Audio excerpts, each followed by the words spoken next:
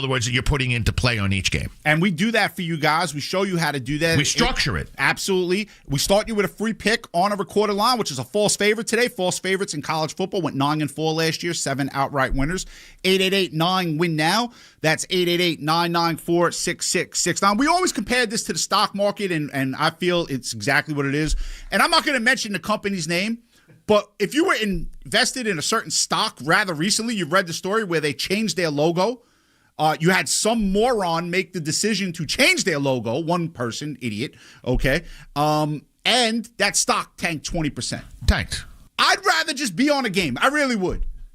Rather than just let some moron who has no business having a job screw up for all the policy or the shareholders and everything. And it's incredible with all the money that they spend on sending out, getting, and they still get it wrong. And they still get it wrong. It's downright. It's ludicrous. It really is. You can't help but laugh. 888-994-6669, guys. I'm going to pound that number, and I say that because without step 1, there is no step 3, 5, and 10 for you to start making some real legit money. Let me show you how to do it right. Call the number now. We have a false favorite, absolutely free, on a recorded line at 888-994-6669. False favorites were great. I mean, look. I get excited for them. I love it. College football, college basketball, the NFL. We released 34 of them last year. We won 24 of them. 17 won outright. 17 outright. 17. Those are the ones that matter. Absolutely. So 888-9-WIN-NOW. It's for free on a recorded line. There is an underdog today that is going to win outright. We have a 60-second recap coming up. Keep it right here on Sports Investors Daily. All right, here we go with the 60-second recap, and this recap is sponsored by girlsthatgamble.org. Go check out girlsthatgamble.org. Guys, give us a call at 888-9-WIN-NOW. That's 888-994-6669 for free. On a recorded line is a false favorite to start the year. Last week, we went with a big favorite to start the year, and that pick won on Kansas. Today, we have an underdog that we absolutely love for free on a recorded line. Last year, 9-4 with college football false favorites, 7 outright underdog winners. First false favorite of the year goes today at 888-9-WIN-NOW. That's 888-994-6669. Last year, we did 36 Saturday shows. We won 25 of them. We're going to do even better this year. You give us a call. We'll start you off with a free pick on a recorded line, a false favorite, a money dog, a team that is underdog that should not be and that we believe will win outright. The phone number to call is 888-9-WIN-NOW. That's 888-994-6669. Don't miss this false favorite. All right, back here on Sports Investors Daily, which is sponsored by TakingVegas.com. If you're a smaller player, go check out TakingVegas.com. If you want the free false favorite on a recorded line, give us a call at 888-9-WIN-NOW. That's 888-994-6669. We got about 3 minutes left here in the show. I'm going to end the show like I've ended all of these shows for the last 20 years. We'll get to that in just a moment. But I did promise some free picks, and this is Chris Hodge, the longtime host of Sports Investors Daily. First one, college football. Now, these are future plays. They're long shot plays. As always, never bet more than you can afford to lose, okay? We like both of these plays. We feel we're going to have an opportunity to win both, but don't go crazy. First one, Arizona State is about 550. So for every 100 wagered, you win 550 back to win the Big 12 championship game. So Arizona State to win the Big 12 championship game. That's first free future play in college football. Over to NFL action. Here you go, Buffalo. It's your year. We got the Buffalo Bills to win the Super Bowl. They're about 7 to 8 to 1 wherever you play it. I think God is going to smile on them for the first time ever this year. We think Buffalo gets it done. Now, in terms of this show and what we do, trying to make you guys understand to treat sports wagering as a business and an investment. This is our 20th year. We have been profitable in every single year. Sometimes years are better than others. We've never denied that. Last year, we won 25 of the 36 Saturdays that we did this show. Okay? On false favorites, if you combine college football, the NFL, and college basketball, we went 24-10. That's 70.5%. We have a free false favorite. Now, for everyone who called last week, we did a smaller size show last week, we went 3-0. Iowa State, Hawaii, Kansas was the free pick. 888-9-WIN-NOW is the number to call. 888-994-6669. But please be careful when it comes to sports wagering. There is an inherent risk. I say it all the time. If you got to pay the mortgage, the rent, the car, the food bill, the electric, pay those things first. Don't dip into your retirement savings. We don't want you to do that. Cannot be more clear. This is for disposable income because there is an inherent risk, like there is an inherent risk with everything else. No one gets on this show and promises you guys millions, okay? We won 25 out of 36 Saturdays last year. I have no reason to believe we can't do that again, okay? The year before, 25 out of 33 winning Saturdays. So you give us a call at 888-9-WIN-NOW. That's 888-994-6669. We'll start you off with a false favorite for free on a recorded line. But if you want to learn about our strategies from week 1 on to make this, treat it like an investment, okay, use disposable income and play with patience, strategy, and discipline. If you guys out there, if you bet 3, 4, 5 games a day, you have no shot. If you do parlays every night, you're not going to win. But we've proven with patience and strategy, you can have a great year. So it's week 1. Give us a call at 888-994-6669. Check out TakingVegas.com. And everyone out there, have a great Labor Day. We'll be back next week. This program was paid for by 1220 Enterprises. The opinions and views expressed are not those of local stations. Prior results do not guarantee future outcomes. Use of this information in violation of any federal, state, or local laws is prohibited. If you have a gambling problem, call 1-800-GAMBLER. Oh, let's go! You're still glowing, flirting, grooving. You still got it. But your immune system weakens as you age, making it harder to fight flu, pneumococcal pneumonia, RSV, and COVID-19. Vaccines are a key part of any health routine and help strengthen your immune response. Ask your doctor or pharmacist which vaccines you need. Schedule in minutes at vaxassist.com. Sponsored by Pfizer. This Labor Day weekend, we're celebrating Bob's Discount Furniture's 200th store milestone with the entire Bob's family across the country. For more than 30 years, we've believed everyone deserves the home they love. That's why we brought our everyday low prices on furniture, mattresses, and more to over 200 locations from coast to coast and counting. Not to mention free treats for the whole family in our cafes. Celebrate Bob's Discount Furniture's 200 store milestone this Labor Day weekend. Oh, my Bob! This Labor Day Sell-a-thon, your California Ford dealer proudly salutes you. From job sites to open roads, Ford trucks and SUVs move the people who move the nation. And for a limited time, get the biggest deals on an incredible selection. Like the built Ford Tough F-150 truck, part of Ford F-Series, America's best-selling trucks for 48 years and counting. Or the adventure-ready Ford Bronco and Bronco Sport, with GOAT modes to help you conquer the great outdoors. And check out the always electrifying Ford Mustang Mach-E with 0 to 60 thrills and 0 emissions. To the ones who keep America moving, these deals are for you. It's the Ford Labor Day Sell-a-thon, and it's your chance to save. Whether it's gas, hybrid, or all-electric, now's the best time to get behind the wheel of your brand new Ford truck or SUV and drive it home today. So go to your California Ford dealer now. Based on 1977 to 2024 calendar year total sales. You're listening to 95.7 The Game, KGMZ-FM and HD1 San Francisco on Odyssey Sports Station and the home of the Golden State Warriors and Valkyries. Always live on the free Odyssey app and now coming to you live from the Laughing Monk Studios. The best Giants talk in the Bay is on 95.7 The Game. Reaction to every pitch. He struck him out! And the game, Ryan Walker! Every home run. Jung Hoo Lee finds the bleachers in right center field. And every big play. Here comes Ramos! This game is over! It's your fix for Giants baseball. Not only is it the greatest game in the world, we're in the memory-making business. The Orange and Black Weekend Wrap.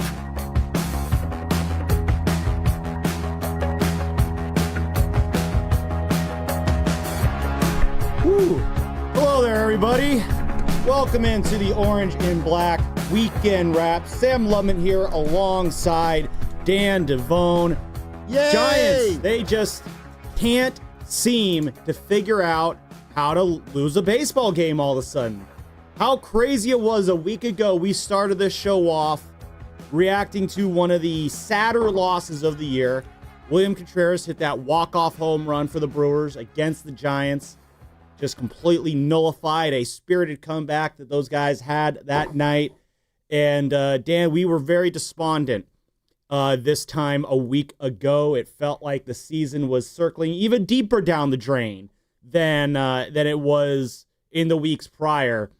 And all the Giants have done since then is win a baseball game, win 3 more baseball games against the Cubs, and then drop a football score, 15-8 on the Baltimore Orioles. Or did the Niners beat the Ravens? Who knows? So you're including a safety in this football game. Exactly, yeah. There might have been a safety, some field goals. It was a sloppy football game, but a football game nonetheless, as we also celebrate the official opening of the college football season today. Ohio State and Texas, they're playing football at some point today, but it's still Giants baseball season, Dan, and 6 straight wins for the Giants. They are a game below 500.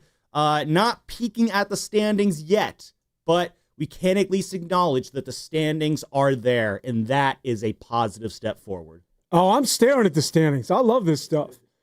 I think that game that you're referring to, the last time they lost and we did a show, at the time we thought it was just, Giants baseball, as it were over the last 2 months, right?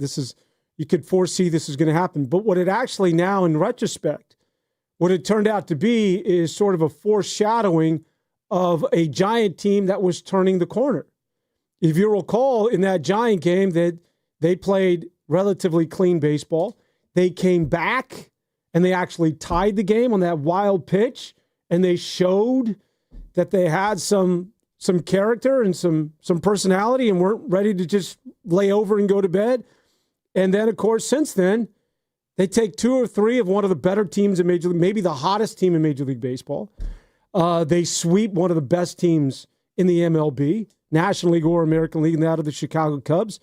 And they put a 15 spot up on the Orioles. Let's just get right to this. I know 6 games is a lot, but it's not unsurmountable. Any chance they walk down the New York Mets?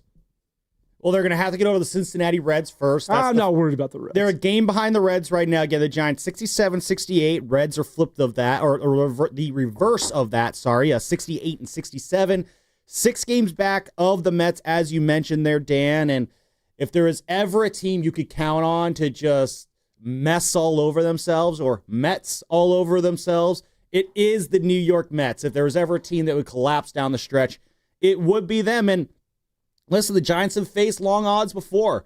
You know, it was 15 years ago they entered the final month of play in September in 2010, I believe 6 games back of the San Diego Padres, and we all know what happened there. Now, completely different situation here, different teams, different managers, different everything.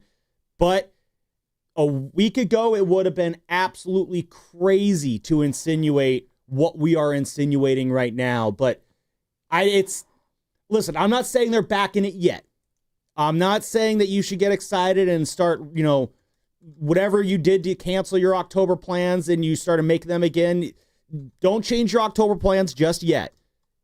But if you're looking to make new October plans, maybe let's wait a couple days and see where this thing goes here over the next week for the Giants and see what they can do. And they're trying to salvage a lost season here, Dan, and it's looking hopefully more and more likely that the stretch of baseball we saw them play for about 5-6 weeks coming out of the All-Star break, it's starting to look more and more like that was a just long aberration.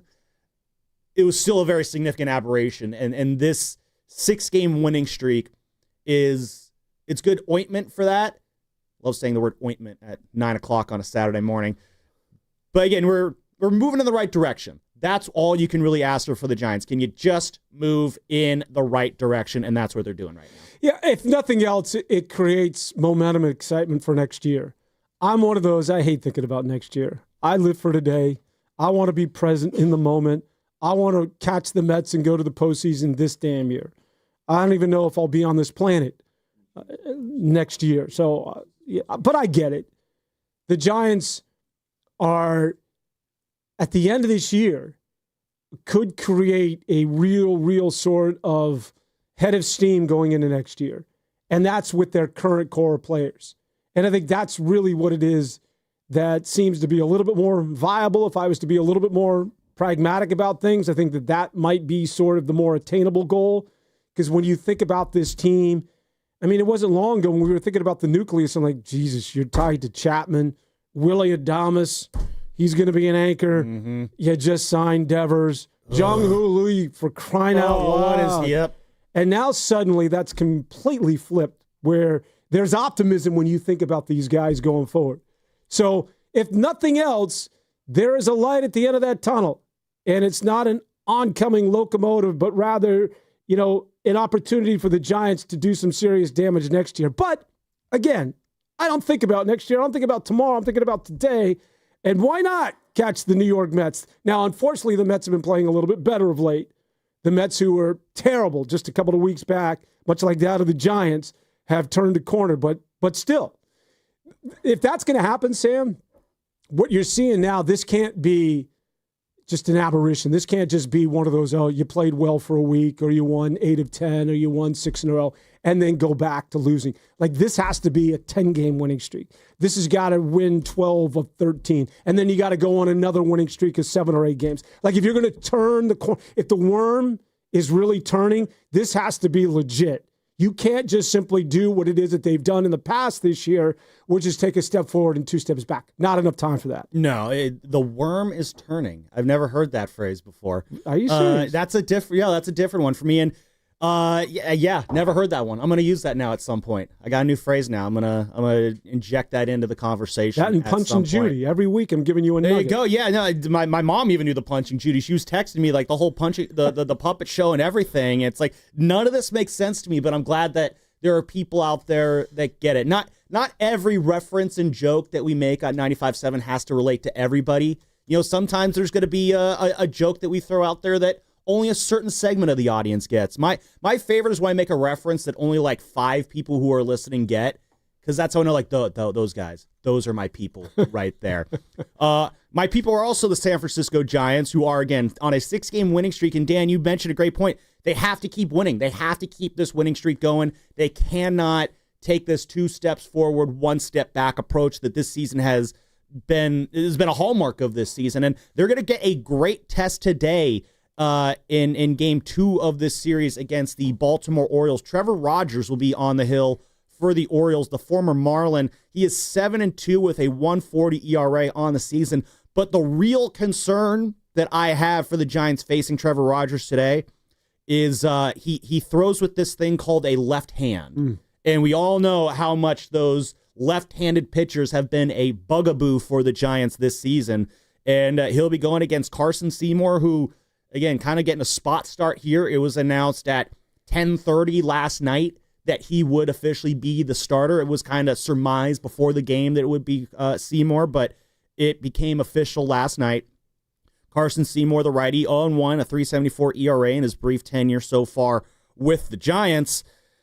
Yeah, it's going to be a big test today. They're going to go against the kind of pitcher that has stymied them for the most part this season. And they're going to be doing it behind a young starter who's still trying to find his footing at the big league level. So a very big test for the Giants today. And coming the day after the Giants got some absolutely brutal news. Because, Dan, you kind of talk about, you mentioned next year, and yeah, I don't want to think too much about next year either, but I do think a lot of this next month is going to be a setup for the 2026 season. And one of the big pieces of that 2026 season, Randy Rodriguez, unfortunately, it was recommended by a pair of doctors that he undergo Tommy John surgery. That news breaking right around 4:20 yesterday.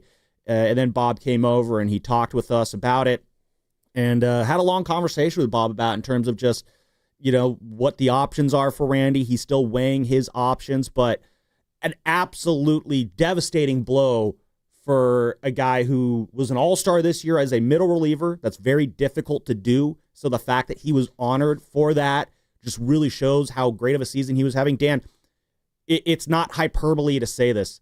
Randy Rodriguez, the numbers he put up in the first half, he had the greatest first half by a Giants reliever in history.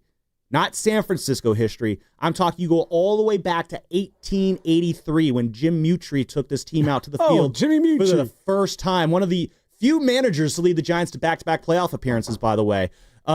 Since 1883, no reliever had a better first half than one Randy Rodriguez, and it's just like that, gone in a flash. It's a huge blow. But I think that I'm not going to let you throw water on what it should be a positive beginning to our show here. But in all seriousness, yeah, you don't want to lose Randy Rodriguez. But I think if there's one thing that we've learned, whether it's the Giants, whether it's the Red Sox who lose Devers and don't really replace him with anybody, obviously, they get, they've got somebody who's in the minor leagues. We're talking about, who the Giants traded to Boston. That aside, my point in all of this, and this is sort of a circuitous way of getting to it, but it's next man up. You keep going forward, and that has to be the mentality, is that this offseason, you're like, we don't have Randy Rodriguez. What's next? Now, I know that sounds really callous. I know that sounds very businesslike, but you can only lament the loss of one of the most effective relievers, as you mentioned, at least for a half, that they've ever had. But there were some warts on him as a closer, clearly. But now it's, okay, what do we do next? That has to be your focus. And what I find sort of encouraging about the Giants going forward is that you're not as pitching reliant as you once were. Believe it or not, the Giants are showing signs that they can outslug some opponents. What's the one thing that we said when the Giants were just basically outpitching everybody and that was their bread and butter? It's like, what happens when suddenly you have pitchers that are suddenly like Robbie Ray, who are eventually going to lose a game, or regress to the means was the phrase that I like to use, or when Logan Webb isn't good, because they were just narrowly winning games when things were going well by a run or two and just squeaking out enough offense, and we're so dependent on the pitching. And my point was, there's going to be a time when Robbie Ray doesn't have it or leaves it in the clubhouse. Can you outslug an opponent? Can you put up crooked numbers and beat somebody? And guess what? Now they are. Suddenly this team is not becoming reliant on Robbie Ray, which was a perfect example last night. Robbie Ray just didn't have it right from the jump. But the Giants said, that's okay.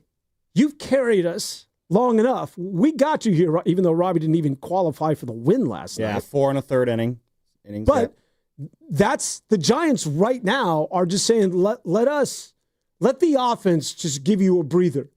We're going to put up a 15 spot. And they went double digits the day before against the Chicago Cubs. And suddenly you're seeing an offense awaken. And now you're not becoming as reliant as you once were on the starting pitching as well as the relievers. Again, yeah, we mentioned this 12-game winning streak the Giants are on here. 47 runs. 6 games. I'm getting a little ahead of myself. The 6-game winning streak that the Giants are on right now, I was looking at the 47 runs that they scored and saw the 7. 47 runs in those 6 games. That's good for about 7-ish runs per game, which is, that's very good, Dan. The offense has been stepping up here. And, we talk about what the issues were for this team during that horrific 5-week stretch coming out of the All-Star break. It wasn't just the hitting with runners in scoring position that was killing this team, although it absolutely was a major issue. And this team has been actually absolutely killing it with runners in scoring position during this hot stretch. The pitching was not performing up to snuff. Robbie Ray, again, you mentioned that. I think that was a little predictable. I don't think he is a former Cy Young winner, but the numbers that he was putting up in the first half, a lot of walks. He was getting away with, not getting burned by a lot of those walks. And eventually that's going to come up to kind of bite you in the butt. He was dealing with a finger blister skin issue last night, though he insisted that wasn't an issue for him last night. The velocity was still there for him last night. The stuff was there. Orioles just got some good hits on him, and he just ended up having one of those nights. And it was really nice to see the offense come in and bail him out. Is this what the Giants are? No, I don't think they're a team that's meant to score 7 runs a game, but The offense, this is an offense I think is showing that they could do enough to support a pitching staff, but this is also an offense that can very much carry a team. Well, maybe carry is the wrong word, but this is an offense that can definitely be a driving force for this team if the pitching is pitching to expectation. And you have gotten that as well during this winning streak.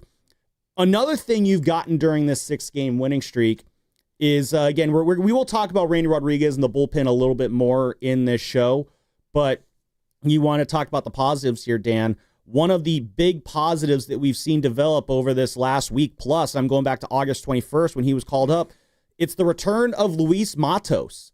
This is a guy who is hitting, last night, coming into last night's game, he was hitting .360 since his call-up. That was coming after a 6 for 22 stretch in the minors prior to getting called up.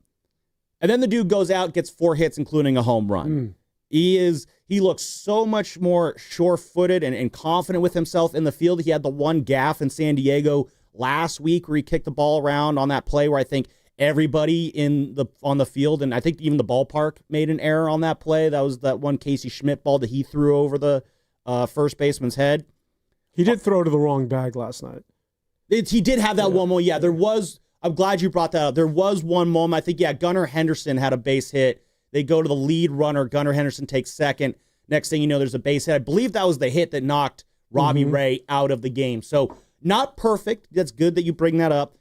But Luis Matos is looking like such a more confident and just locked-in hitter right now. And we saw this a little bit from him last year at times. When he gets going, when he gets those consistent at-bats, it's hard to cool him down. And if you're looking towards next year, if I told you your outfield next year is starting off with Elliot Ramos, Jung Hoo Lee, Luis Matos, and Drew Gilbert, is that a World Series outfield? Yeah, maybe not, but still a damn good young outfield that you can at least feel somewhat excited about. I'm with you. I'll give Luis Matos every opportunity at right field if this is sustainable throughout the rest of this season. I'm a Drew Gilbert guy, though. I got to say, I don't know what it is about this cat. Sometimes there's just a twinkle in a guy's eye. You're like, that's a Major League Baseball player. I don't know why. I mean, listen, who knows whether, there's a lot of top prospects that never make it or become the sort of player that a lot of people anticipate, but there's just something about this guy that I want to give him every opportunity. But it's Luis Matos has earned the opportunity right now. His defense, as I talked about, thrown to the wrong base. He should have been, trying to get the lead runner. That should have gone to third base, and little things like that. They add up. Drew Gilbert, I think, is a better defender, but right now you can't take Luis Matos' bat out of the line. When you talk about the outfield, it's important for us to mention Jung Hoo Lee, who slowly and consistently is putting together and finishing with a flurry, as they like to say, to use the boxing analogy, right? Jung Hoo Lee is putting together a nice season here. And I think that's important and worthy to note because obviously he missed the majority of last year. But even going back to 2023, he missed a good portion of that last year in the KBO. So he hasn't played a full season. And for him to and you could see his approach now, especially when it comes, I don't want to get too technical, but when it comes to a fastball, he's more patient. He's turning on it. A lot of the Giant hitters right now, he looks more comfortable. And that gets back to what I said at the opening. Part of the encouraging factors, I think, when you think about the Giants going forward, starts with the center fielder, Jung Hoo Lee. And unlike the other two that he's going to be blanketed by, that of Elliot Ramos and Luis Matos, the one thing, even when Jung Hoo Lee was not going well, Jung Hoo Lee still is a good defender and doesn't beat himself. Like, he may not hit well, but Jung Hoo Lee knows how to play the game. He knows how to run the bases. He knows which bag to throw to. He knows the right cutoff guy. And again, while that all might sound fundamental and things we take for granted, it's something that Luis Matos and Elliot Ramos, I think, have to work on in the offseason, but Jung Hoo Lee does not. No, that's a great point there. And he is a guy who, again, he's had his growing pains defensively in the field, too. I mean, he had a bunch of them last year, especially in regards to learning where the walls are. Unfortunately, learned that lesson the hard way. And he is a smart player because it's very rare he keeps making the same defensive mistakes twice. And you saw it this year. hasn't run into a single wall this year, or at least not, unnecessarily, as sometimes it does happen in baseball. He's getting much smarter as a defender. He's getting much more comfortable as a defender. There's a lot of deep fly balls to center field last night. And Dan, I'm one of those people, I don't like to look at the ball when it goes in the air because you don't know where it's going. I track the fielder and see what he does. And there are some balls that the Orioles hit last night where I'm just like, oh, buddy, uh-oh. And then I look at Jung Hoo Lee, and he's just casually jogging back, looking up. Oh, I got this, makes the catch. And I'm thinking, well, I'm silly for feeling, nervous about that one. He has become about as sure-handed as you can expect him to be in the field. And he's starting to look. A lot of people were down on Jung Hoo Lee throughout this season because we didn't know anything about him coming into it. We don't know what a KBO player is going to look like in the big leagues. The only real comparable that I had was Ha-Seong Kim on the Padres. And it took him a couple of years to really get acclimated to the big league game. And I always thought it'd be a similar situation for Jung Hoo Lee. Jung Hoo Lee, he seems to this year really be acclimating very well. Again, I don't know what his ceiling is yet, but I have seen enough from him this year. First off, keep him in the leadoff spot. I absolutely love him in the leadoff spot. His hitting approach has completely shifted this year. I think he's found a better spot in the batter's box to stand in, to where he has a better feel and a better comfort in the batter's box there. He's hitting to all sides of the field again. The next thing I want to see him add to his game, and I think you saw it a little bit, is I need to see more stolen bases from him. That's the next thing. Yeah. And I think, that's might be his next project for him, and how he develops as a ball player is adding that to his repertoire. But from the conversation we were having about Jung Hoo Lee, a month and a half ago in mid-July, Dan, when you were saying, he's just a dead pull hitter, can't do anything else. Yeah, it was frustrating because he had that skill set to be more than that.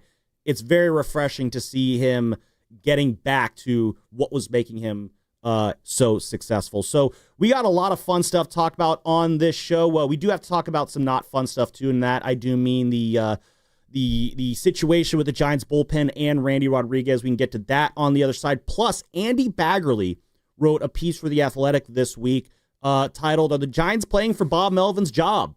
Want to dive into that a little bit because that, I think, will be the biggest question mark for the Giants in the final month of the season is, what the hell is going to happen to Bob Melvin? Is he coming back? Is he not? A week ago, it was very easy to say that he wasn't. Right now, it's incredible what a 6-game winning streak can do. Yeah, I don't think he's going anywhere. I think we all fall victim to. We talked about this, and we'll get to a break, and we can continue to pick up the conversation. But we always want a culprit, right? Mm-hmm. We want to point a finger, and it's tough this year with the Giants because, I just think the team got tight. And it's nothing more than that. They lost their mojo. Mm-hmm. I know it may not satisfy a lot of people, but there isn't a public enemy number one. Yeah. We'll get Mitch in New Jersey. I see you on the other side. Alex in Atlanta, I saw you call in, but you dropped off. I need to get you on as well. Shout out to everyone on YouTube, by the way. Brought to you by First NorCal Credit Union. For a low rate auto loan, apply online or just ask for First NorCal financing at the dealer. We are coming to you live from the Laughing Monk Studios. Laughing Monk, righteously brewed in San Francisco. 888-957-957 is the number. Text us or call us. You can text us on the Boxer and Gerson work injury attorney text line. We take any and all Giants takes here today on the Orange and Black Weekend Wrap. Your calls on the other side, Randy Rodriguez, Bob Melvin, what goes on there, that and more, all brought to you by Fremont Bank, here for you, here for good. Weekend Brunch just got a major upgrade. Splash at Thrive City in San Francisco. Starting this September, enjoy college football Saturdays at 8:30 a.m. and NFL Sundays at 9:30 a.m. Paired with craft cocktails, elevated pub fare, and ice-cold beer. Bring the crew, settle into our view lounges, and watch the action on giant screens with immersive sound. Mention Willard and Dibs or 95.7 The Game for an exclusive game day perk. And make your brunch reservations now at splashsportsbar.com. Ain't nothing gonna break my stride. Nobody gonna slow me down. Don't let pneumococcal pneumonia break your stride. If you're 50 or older, you're at increased risk. So be proactive with Capvaxive pneumococcal 21-valent conjugate vaccine to help protect against invasive pneumococcal disease and pneumonia caused by certain types of pneumococcal bacteria. Capvaxive helps protect against the strains of bacteria that cause about 30% more IPD cases than any other pneumococcal conjugate vaccine in adults over 50, according to national-level CDC stats. Regional variations may exist.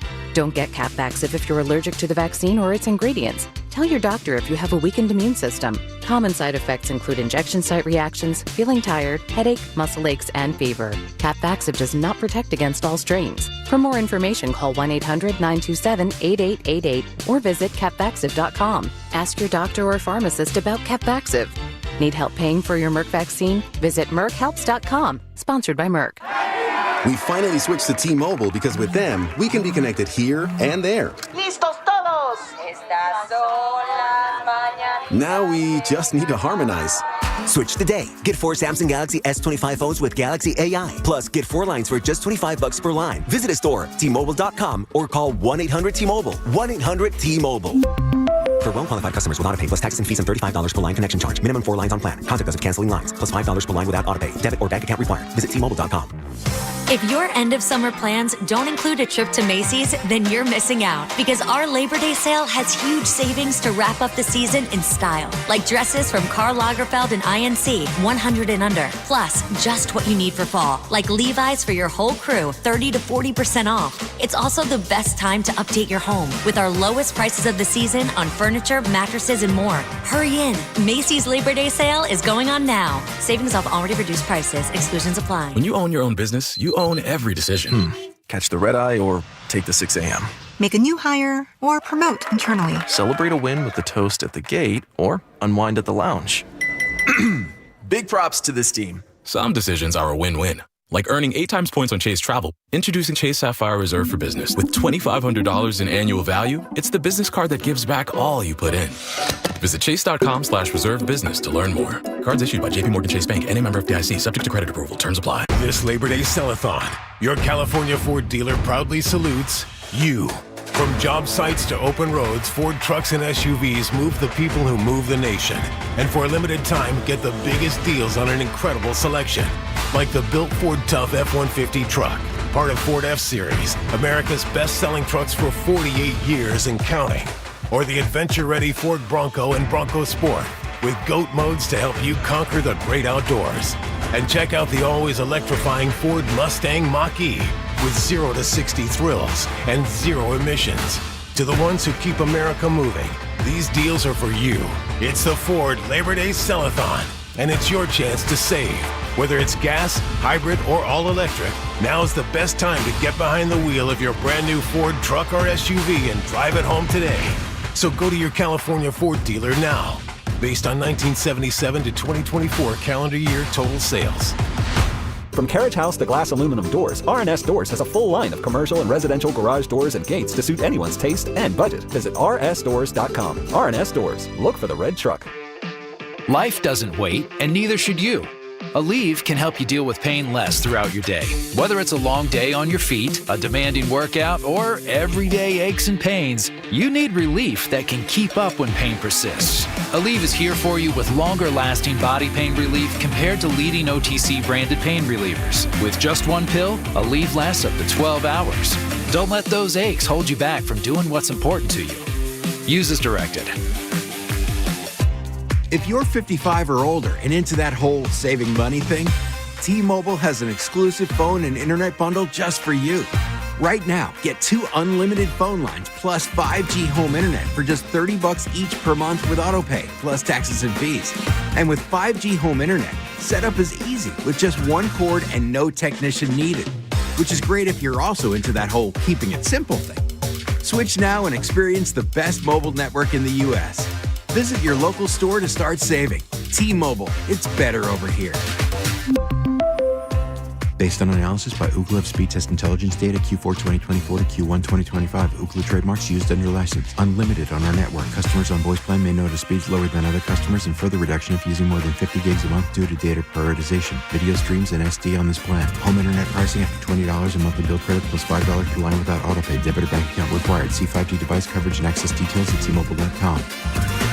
Join 95.7 The Game at our annual Red and Gold Summit on September 4th at Westfield Valley Fair Mall in Santa Clara. We'll be live from King's Fish House from 2 to 6 p.m. See all of your favorite hosts kick off the new football season. For info, visit 957thegame.com.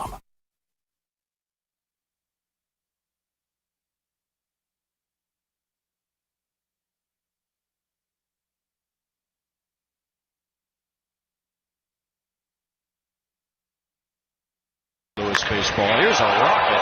Luis Matos to left center, and that ball is gone. The Giants have scored in every inning. They put up a 10 spot tonight, and it's Matos with a drive. Didn't I tell you, Wayne? Able to show the ability when he gets the chance to play every single day. Now back to the Orange and Black Weekend Wrap on 95.7 The Game. You know who that was? That was Wayne Randazzo and Dontrell Willis on the call for Apple TV last night. Man. Good call. I saw them at the game. Oh, so I was going to say. Yeah. Usually I'm horrible at recognizing broadcaster voices, but I was able to get that one just for the D-Train, knowledge. You don't need to. You recognize it. Yeah, D-Train's a cool guy. Shout out Oakland. Oh, yeah. He's an Italian. He is not an Italian, but he is a local here. Dontrell Willis. That was What's wrong with Posse? Does he ever... There's no rhyme or reason in the man. Anyway, that's what I like about him. Dontrell Willis, that was, if you like, I was 10 years old when he made his debut. I think Rizzo was 5 years away from being born. Twinkle in his dad's eye. Exactly. And I was swimming. There you go. We don't need to hear that. Every kid my age was trying to copy Dontrell Willis's leg delivery. Kick. The leg kick, the delivery, the accentuate, the way he would just throw his head back. That was one of the coolest deliveries. You know he's like a career 255 hitter? I believe, yeah, he could swing the stick. Oh, yeah. That was back when pitchers were allowed to do that. And actually, he was one of those guys that if you weren't careful, he would hit a tater off of you and make you pay for it. So you hit 250 right now. That's above the league average. That's batting cleanup in the Giants lineup these days. Anyway, it is the Orange and Black Weekend Wrap. I'm Sam Lubman. That is Dan Devone. Steven Risotto, A.K. Pasta, and Zach Green, they are behind the glass, pressing all the buttons, making sure we're staying on air on this Saturday, August 30th, the morning after a 15-8 Giants win over the Baltimore Orioles. Last night, one of the cooler uniform combinations you're going to see in baseball. You had the Giants wearing their orange Fridays, and the Orioles sported their black uniforms, and it just looks so cool. I think it's an evening game for the Giants. I don't know if they're doing the black jerseys tonight, which they usually do for Saturday night games. But if they do their blacks and the Orioles do their oranges, I'm so about. This is one of my favorite series, Dan, just because the amount of orange and black on the field and in the stands, it's so great. I love seeing this. Is such a great uniform combo series. It had sort of a Halloween vibe because things were kind of weird early on. It's like, what's going on here, man? Is anybody going to make an out? Like, with just how many runs are being scored by these two teams? Kind of scary how much offense the Giants had. Well, a lot of offense, and maybe you have the numbers in front of you, and Posse, you can dig this up, but I want to say that the majority clearly were singles on the part of the Giants. Like, it was like beating somebody over the head with a feather. The only guy who was tattooed on the wall was my man, Mr. Drew Gilbert, who was the guy who had a couple of extra base hits. Yeah. And, of course, Dom Smith, splash hit number 107 as well. He was tattooing it. That was really cool to see. And Dom Smith, he was asked after the game if he's going to get the ball back. There's a lot of weight in that question when you ask a guy if they're going to get a splash hit back.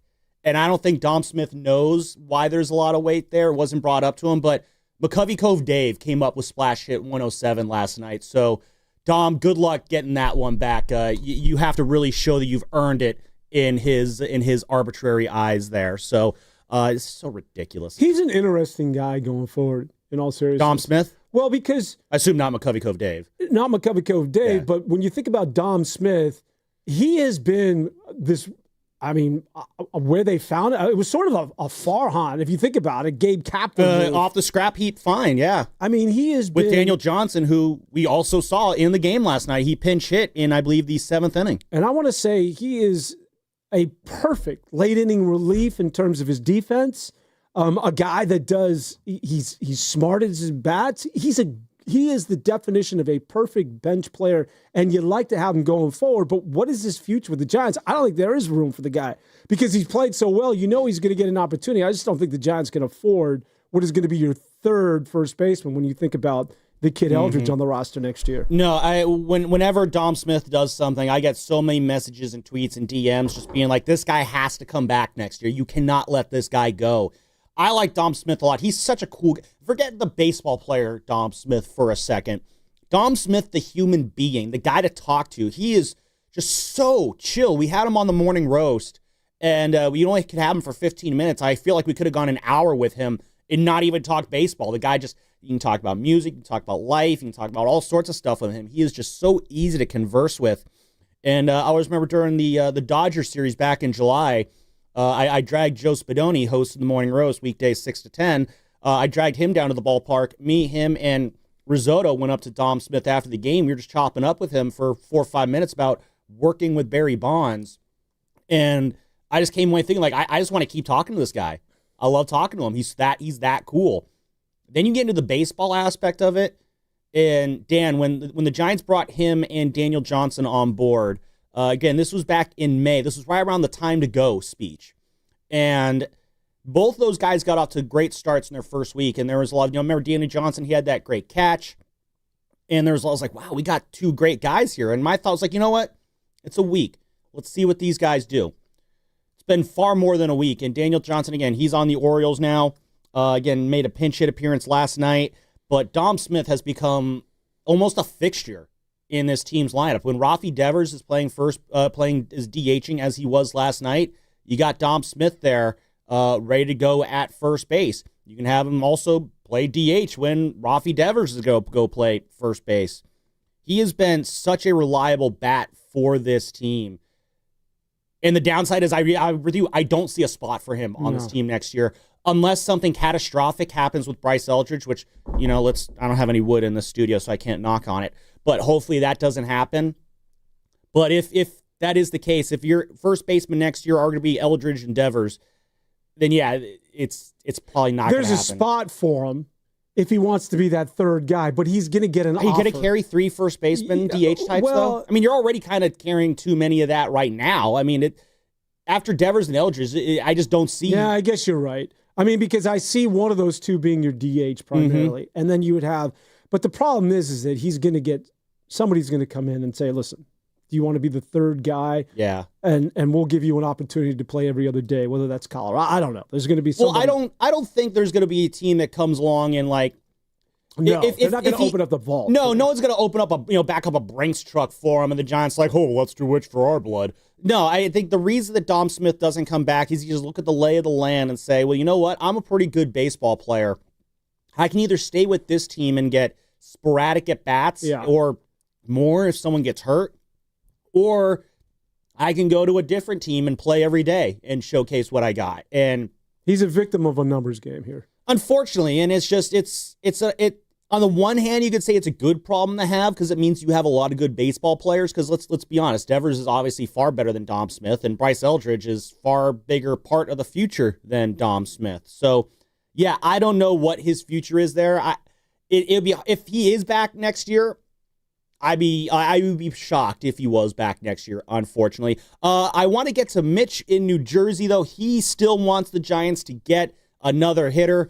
Who's the hitter we're getting this week, Mitch? We've gone Josh Naylor. We've gone Bo Bichette. What's the name that you're going to throw at us today? Good morning, guys.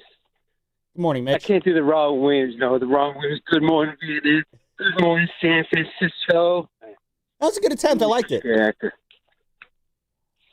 You get more for Chapman than Dominic Smith because I think we're going to have to get another pitcher.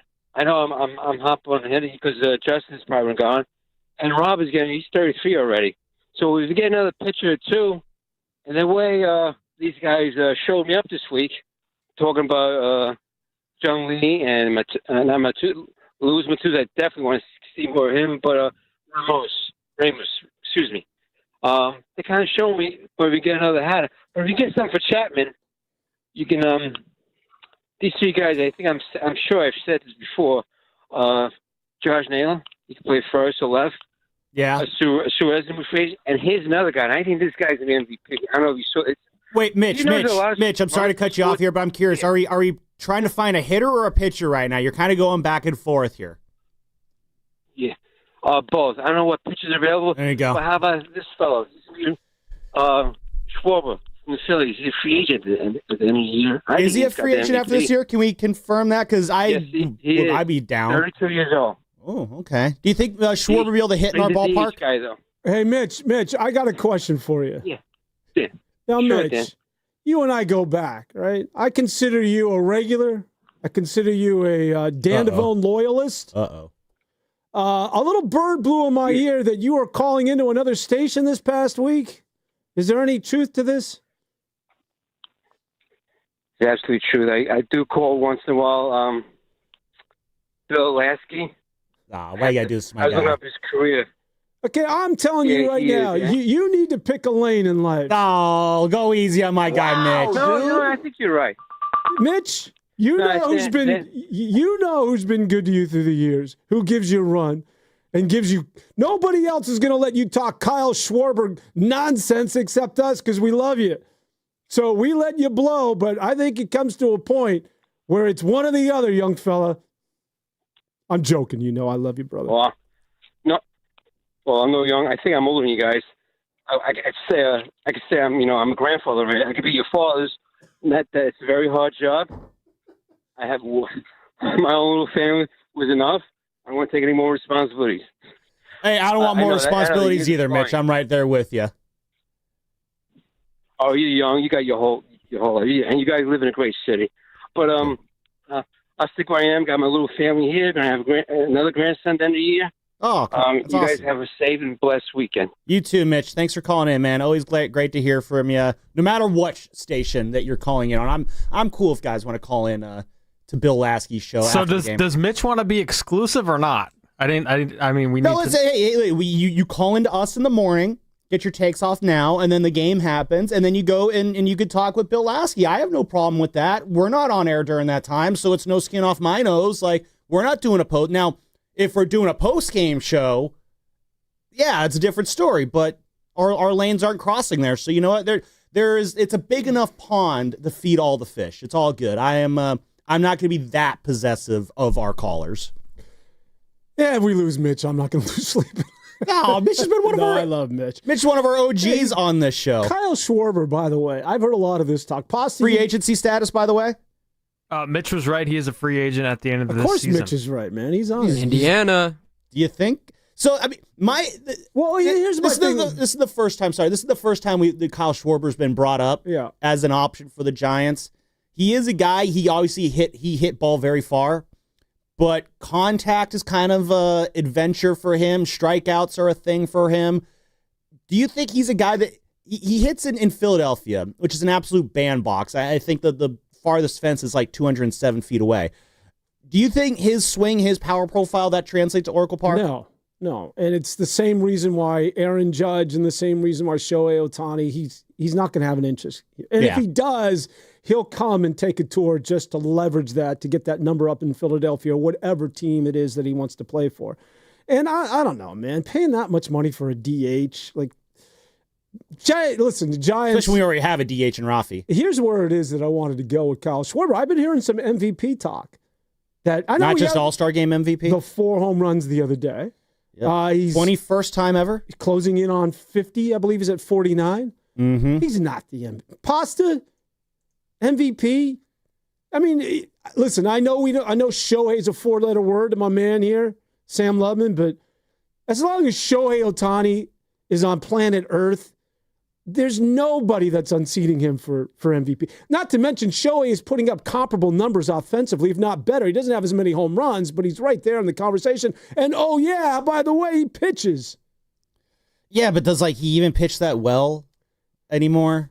I think his last outing, he was. No, his last outing was, still actually You're pretty so good. out on him. No, just listen. Is that the safe bet for Shohei to win MVP? I don't know. I don't know what he has on Shohei winning the MVP. That's the one I'm going to go with there. But right now, yeah, Schwarber, is he working his way into it? Possibly. Pete Crow Armstrong, I think, had a vice grip on that MVP conversation for a while. He's kind of fallen out of it. You look around the rest of the league, is it getting to that point where Shohei's just going to be getting the MVP in the same way that like Michael Jordan was getting it? Like, why not? There's fatigue, and I think a lot of, but I'm sorry, man. If you were to look at the numbers and be objective, you got to give this thing to this dude every single year if he put up these numbers. I get it. We get tired of it. I mean, what's more fascinating, I'm trying to bring you into these conversations, but Sam, in the American League, are we talking big dumper? Is he going to take this thing from Aaron Judge? That's more of a real conversation. That's going to be the much more fun one. I think if the Mariners win the AL West, then Cal Raleigh's a shoo-in to get the MVP.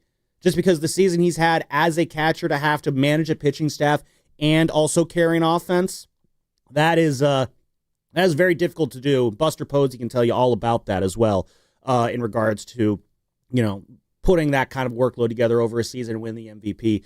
I'd be all in on Cal Raleigh winning the AL MVP this year. You know who else I'm all in on? So you want Raleigh instead of because I go Raleigh over Judge. I would give it to Judge still. I mean, if you look again at the numbers, Judge is just. I like variety and parity. I get it, but I think if we're going to be fair, Judge is just ridiculous at the plate, and I get what Cal Raleigh's doing as a catcher, which is sort of crazy. Aaron Judge does have the contact there. He is hitting .322 with the 40-run home runs, whereas Cal Raleigh hitting 50 home runs with a .243 batting average.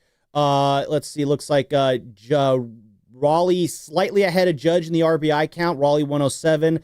Judge has 95. So it's in the runs category there. Judge is ahead of Raleigh, but again, runs are more based off what the guys in your lineup are doing for you versus what you're doing. You look at the RBI count, and Aaron Judge, again, he's got 95 RBIs. Cal Raleigh, though, more than him, though, with 107. So in those big, meaningful MVP stats, it's pretty even there. So it'll be interesting to see what happens crunching the numbers there. I need a good number cruncher to figure out my MVP race. And what better number cruncher than our own Knight of Numbers? It is Alex in Atlanta calling into the wrap. Alex, glad to have you on this morning, my man. How are we doing today? I mean, gentlemen, look, I'm doing good. I'm basking in the glow of this nice, 6-game win streak the Giants are on right now. It's always nice to see a team show some fight, not give up towards the end of the season, despite being in the doldrums and sub 500. I know people are going to talk about, hey, look, they're still technically in a wild card race, and that's wonderful. I'm not gonna throw my hat into that ring. As far as the MVP race is concerned, I don't think Kyle Schwarber is going to get it simply because he plays on the same team as Bryce Harper. And I think voters pay attention to that, and they kind of discount, hey, if you didn't have this other MVP caliber superstar in your lineup, would you be hitting this well? Would you be seeing the kind of pitches you're seeing? That being said, circling back to the Giants, and Sam, you and I have talked about this before. I'm still out on Bob Melvin. I know the team looks like they're playing for Bob Melvin's job right now, and the 6-game run streak certainly helps that. But I'm not going to forget that this is a team that's still 9-16 in their last 25 home games. They still have a sub 500 record since the All-Star break. I mean, under Melvin, they've been barely above 500 at home both this year and last year. So I'm not sold on the idea of keeping him for another year. And part of that is because, look, I remember that this guy was one of the last major moves that Farhan made before he was shown the door. And so if you're asking me to trust Bob Melvin for one more year, to me that signals you're essentially asking me to trust a Farhan Zaidi decision for one more season.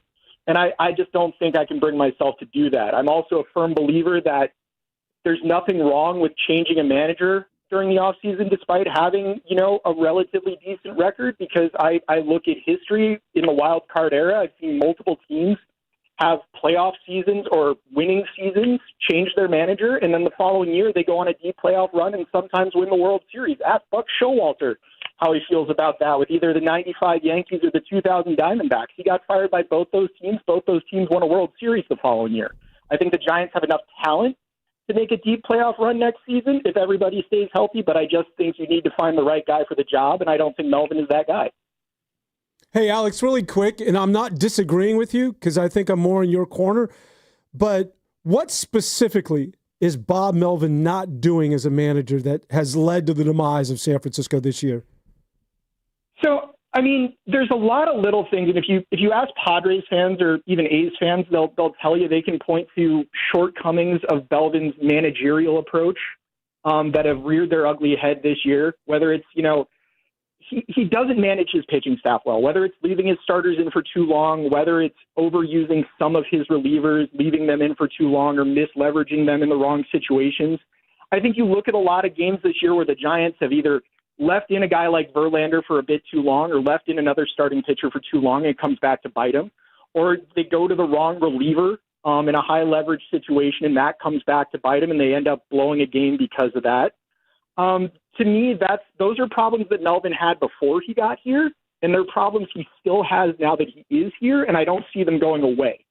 And if those aren't going to go away, you have a very low margin of error at all the other things you do. And I'm not going to pretend that this isn't a flawed team in other areas.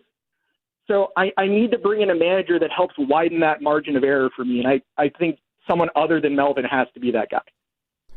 Thank you very much for your call, Alex. Great to hear from there. And yeah, a lot of what he says makes sense, as is usually for Alex in Atlanta. We can get into this more on the other side because Andrew Bagley wrote a story for The Athletic. Are the Giants playing for Bob Melvin's job? It's an open question right now. And there were some quotes from Buster Posey in it when he was asked about on Tuesday to define Bob Melvin's status. He declined to provide an open and shut answer, saying, "Our focus is solely on the season right now. I'm not going to talk any staffing. Our focus right now is trying to win as many games as we can." A far cry from what he did earlier in the year where he picked up that option for Bob Melvin as a way of voicing his confidence for Bob Melvin. Now a much more ambiguous statement around Bob Melvin's future. And now I feel like, this next month, I don't know how much weight it's going to carry when you look at the overall big picture of the season. But, it feels like, a hot finish to the season would definitely help Bob Melvin's case. But, it seems like for the last month of the year, Bob Melvin's job might be very much in limbo right now. Well, I would say this, is that if they make a change, a managerial move, I'd be on board with that, just to change the culture, re-energize the team. But again, this gets back to what it is that you and I have talked about, that we want a fall guy, and typically it's the manager. I think Alex was a perfect example when I said specifically, what is it that Bob Melvin is not doing? And I know you like Alex, and Alex is one of our better callers, but he gave me a bunch of mishmash. He said, it's a lot of little things, and then he went into the pitching, that he's keeping guys into. You know what? If we go to every market, every single team in Major League Baseball and talk to their fan base, they would have the exact same complaint. I'm telling you, I've been around the country a little bit, and everybody feels as though the manager mishandled the pitching in that they leave the starter in too long and that the reliever should have been pulled. Everybody's like, you should have pulled them an inning before. Why are you staying with that guy? That's not isolated to Bob Melvin. I need something when I said, be specific. I need something a little bit more than that. Again, that's something that you can that you could throw at and put the crosshairs on just about every manager that's either at 500 or is not, where a team is not playing up to their capabilities. So it just gets back to, I know that we want to blame Bob Melvin, but when I ask, pinpoint it, what is it that he's not doing? Why are the Giants not playing well? And a lot of this is just, it's the mojo. I know we want a better answer than that, but they lost that mojo. Devers joined the team. We thought, here we go. They're going to walk down the Dodgers. Forget about squeaking in as a wild card. They're going after the division title, and they got tight. I know that's not the word we want to hear, but that's what happened. They got tight offensively, and as often happens, it's a contagious sport, and it went 1 through 9, and then everybody was expecting to hit into a tailor-made ground ball when the bases were loaded instead of what it is that they're doing now. And I don't think it's anything more than that.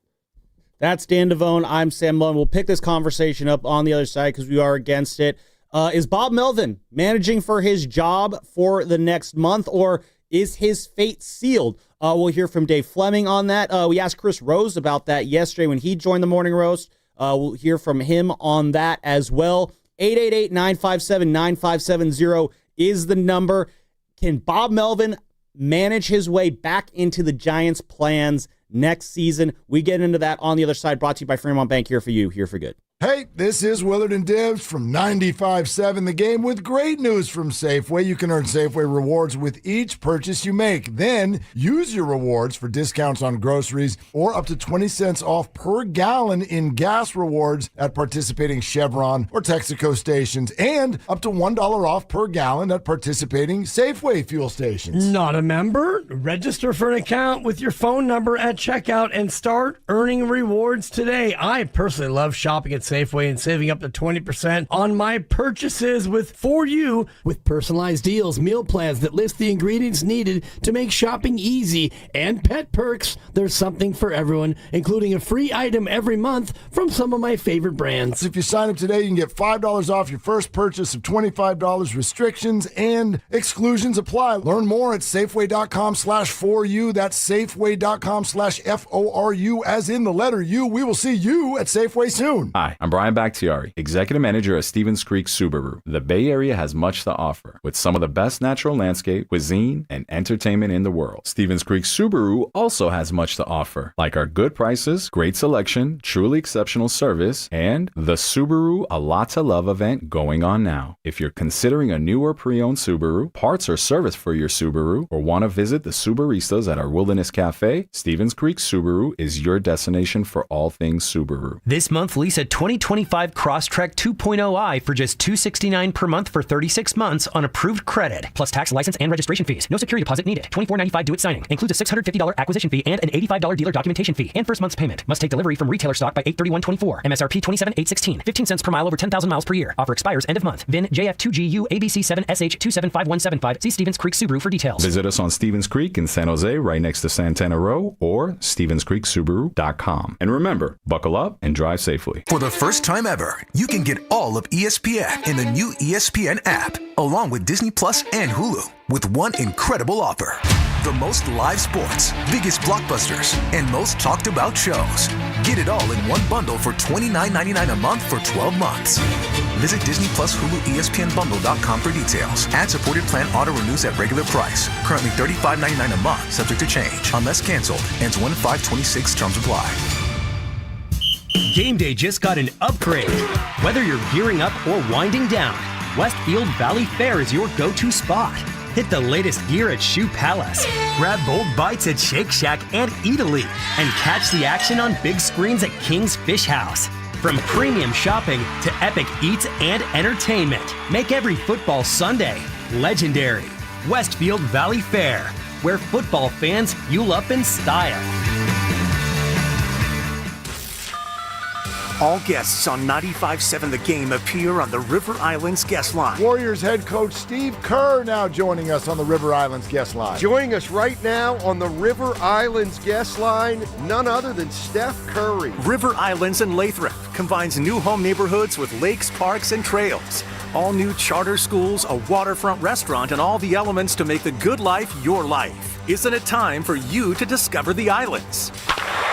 Step up to the plate and save lives with Stanford Blood Center. Donate blood during August and score a free limited edition Stanford Blood Center in San Francisco Giants co-branded jersey, and only available for a short time. This exclusive jersey is our way of saying thank you for being a hero. Every blood donation can help save up to 3 lives, making a real difference in your community. Supplies are limited, so don't wait. Visit StanfordBloodCenter.org to schedule your donation. This Labor Day, after doing it all, nothing resets you like a Lazy Boy recliner or kicking back on your Lazy Boy sofa, taking you from workday to wind down with comfort that never quits. Don't miss the Labor Day sale with 30% off everything. Visit your local Lazy Boy today. This is the story of the one. As a lineman, he does whatever it takes to keep the power on in his community. And he wants a partner like Grainger who does the same. Grainger offers the professional-grade products he needs, from voltage detectors to harnesses to hard hats, plus fast, dependable delivery, so he can rise to every challenge. Call 1-800-GRAINGER, click Grainger.com, or just stop by. Grainger, for the ones who get it done. Keeping your family safe starts with making an emergency plan. Visit safetyactioncenter.pge.com to get started today. And join PG&E at the Marin Fairgrounds for the 4th annual Ember Stomp Wildfire Preparedness event on September 6th. For more details, visit 957thegame.com. This is the story of the one. As a safety manager at a manufacturing plant, he does everything he can to keep his coworkers safe. From finding ways to reduce risks to keeping safety supplies in stock. And for that, he relies on Grainger. Grainger offers a broad range of quality products and next-day delivery, so he can always play it safe. Call 1-800-GRAINGER, click Grainger.com, or just stop by. Grainger, for the ones who get it done. Back to school is on the brain. That means new notebooks, pencils, new everything. And while the kids are getting ready to get book smart, it's time for you to save smart with Straight Talk Wireless. Switch now and get a free Moto G 2025 with 5G when you activate select plans. Now that's a smart call. Get Straight Talk covered by Verizon's 5G network. Available at straighttalk.com and Walmart. Offer valid through 10/19/25. Taxes and fees apply. Purchase of gold unlimited plan or higher required for offer. Must activate the plan in-store at Walmart. Cannot be combined with other offers. You're listening to 95.7 The Game, KGMZ FM in HD1 San Francisco on Odyssey Sports Station. Always It's live on the free primetime Odyssey TV. app, Twitch, and YouTube. Powered by First NorCal Credit Union. Yeah.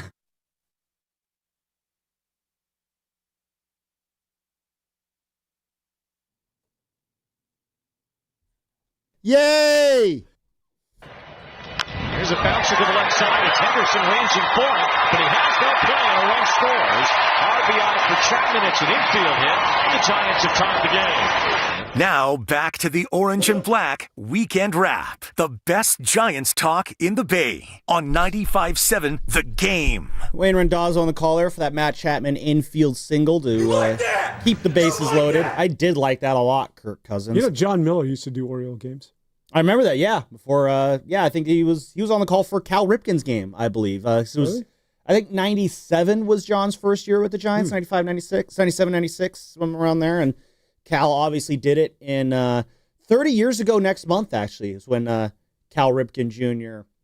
set the record for most games in a row played.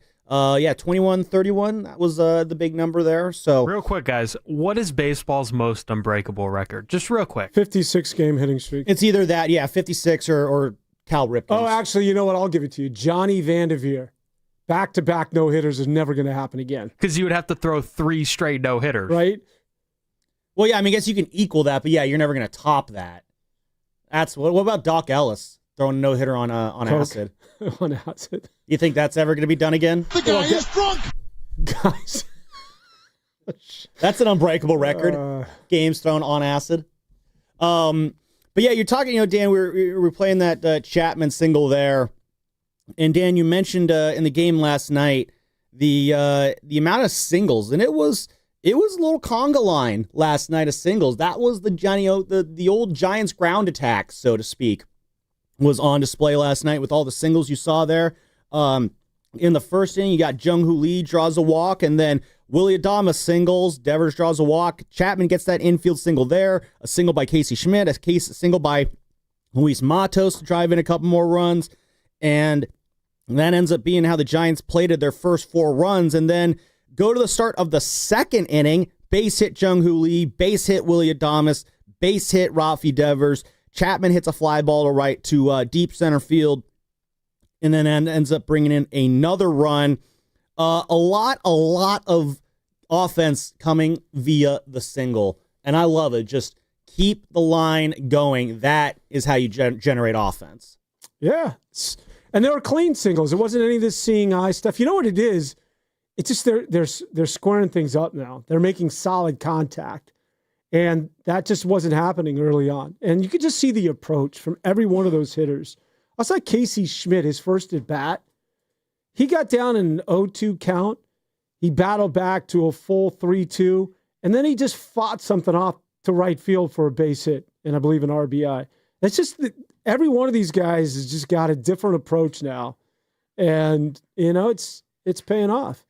And of course, you had to rely on my man Drew Gilbert to finally say, "Okay, enough of these." I know. I think that was one of his first multi-hit games of his career last night. He's starting to look a lot more comfortable with his swing as well. And you mentioned the approach there, Dan. And again, the Giants 8 for 17 with runners in scoring position last night. Wow, the 8 hits is the most with runners in scoring position they have had all year. In fact, I think from the end of the All-Star break to August 20th, I think they had 8 hits with runners in scoring position total during that 5-6 week stretch. They basically equaled that last night.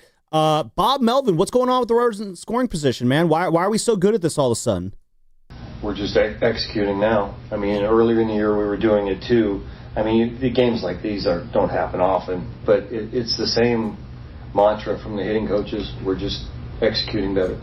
So there it is, just executing better, same mantra, same things being preached. And I think that kind of does lead us into the big conversation of the day of, are the Giants playing for Bob Melvin's job? Andrew Bagley wrote about as much for The Athletic. It's a very fair question right now, the way this season has gone. And listen, you're not asking this question if expectations have not been met on this season. And we can, debate on maybe what the expectations were. Should they have been in the playoffs? Should they at least have been, in contention for a playoff spot? I think the expectation was, and Buster Posey said this in his opening press conference, we want to play crisp, clean baseball. And for the longest time this year, the Giants were not doing that. They were not playing clean defensive baseball. They were not a good base running team. They were not having good, crisp, clean at-bats with runners in scoring position. And if you're looking for reasons as to why Bob Melvin shouldn't be coming back, if you're one of those people who wants to scapegoat him for that, you are going to put that on him and the coaching staff. It's the coaching staff's job to get these hitters ready and get their approaches in order for the game. And there was a significant stretch of this season when that wasn't happening. And there was a lot of debate around Giants fans. Is it on the players? Is it on the coaches? Yes, the players play. It's on their job to go out and swing the bat. Bob Melvin can't swing the bat for them, but the managers also set the tone. The hitting coaches, they're the ones who are supposed to prepare these hitters to face these pitchers. And these hitters just look completely unprepared. So, again, it's this age-old battle. Is it the players or the coaches? Over this last couple weeks, are we seeing kind of maybe the players are kind of accepting their role in how this season has gone south, and that's why the approaches are better at the plate? Maybe it was the players the entire time. And now, as Bob said, preaching the same stuff. We're just executing better. Players coming around, team playing better. Maybe it has been the players the whole time. Oh, it's always the players, I think. And for me, 95% of the time, maybe even higher. I mean, we could turn that around. What is it that the coaches have done during this winning streak? Are you going to tell me that all of a sudden, what happened to the criticism? I haven't heard anybody on line 2 going after Pat Burrell's job this past week. Why is that? I mean, is Pat Burrell suddenly, did he do something different? Did he do something different with his hitting approach, with the way he's teaching these guys and getting these guys ready? I honestly don't know. But I would heavily doubt that. I'm inclined to say no. And listen, this just happens in Major League Baseball. They got Devers. They were within striking distance of the Dodgers. You and I and everybody could feel that it was palpable, that there was a level of excitement now that you have one of the best hitters in baseball joining this baseball team to go along with the pitching staff. And they made that move in front of the world on Sunday Night Baseball, nationally televised against the Los Angeles Dodgers. So everybody who was a sports fan, certainly in the baseball world, was talking about the San Francisco Giants. And the Giants, they didn't handle it well. They got tight. It had nothing to do with Pat Burrell. Bob Melvin, yeah, I guess he wasn't perfect, but it wasn't Bob Melvin at the end of the day. It wasn't one guy. It was just, this happens. The team just suddenly, as Allen Iverson once said, your butt cheeks get tight. And that's what happened, man. They suddenly they succumbed to the pressure. And if there's one thing that you can take away from this, I guess, Sam, going forward as a Giants fan and looking back in the season in retrospect, what is baseball? Baseball is about failure, right? It's like you can fail 2 out of 3 times, get a hit every 3 at-bats, and you're going to the Hall of Fame. So it's about how do you handle failure? And the Giants, I think, if they were to look back when things started to go bad, that they didn't cut this off at the pass. They always talk about don't let an 0 for 8 streak turn into an 0 for 35. And that's what happened to San Francisco. This isn't about personnel. It's not about Bob Melvin. It's not about Pat Burrell. It's just that this team suddenly got tight, lost that special sort of confidence, because I believe sports is between the ears, 85% of it. And then, just recently are getting it back. I don't think there's anything drastically that has happened to this team in terms of physically getting better, other than their approach is now that they feel as though, good things are going to happen and the confidence has returned. Yeah, and again, you mentioned the pressure, and this is where I do think the manager does come into play here, because the manager does have to set the tone. If things are tight in the clubhouse, I do think it becomes incumbent on the manager to do something to loosen things up. And throughout this, throughout that rough stretch for the Giants, Bob Melvin kept a pretty, consistent message. It's just, we're not going to get too high. We're not going to get too low. We're just going to focus on what we control. And we're going to come back the next day and we're going to take the field and try again. That was always Bob Melvin's message after every loss. What's the message, Bob? Well, we'll come back. We'll do it again. There was very much, a lot of fans were angry at the lack of urgency that Bob Melvin was creating. This whole just, let's try again tomorrow. That only holds up publicly for so long. You can't, because then it's almost like you're trying to go out there and just do the same thing over and over and over again, expecting to get a different result, which we all know is the definition of insanity there. And that's what I think was really driving fans crazy, is the fact that this whole stay the course, it'll get better. That works for like a slump that works for 1 to 2, maybe even 3 weeks. When you have a team-wide slump that is impacting your hitting, that is impacting your pitching, that is impacting your fielding, that is impacting your base running. I mean, Dan, it was all facets of the game were just in tatters for the Giants.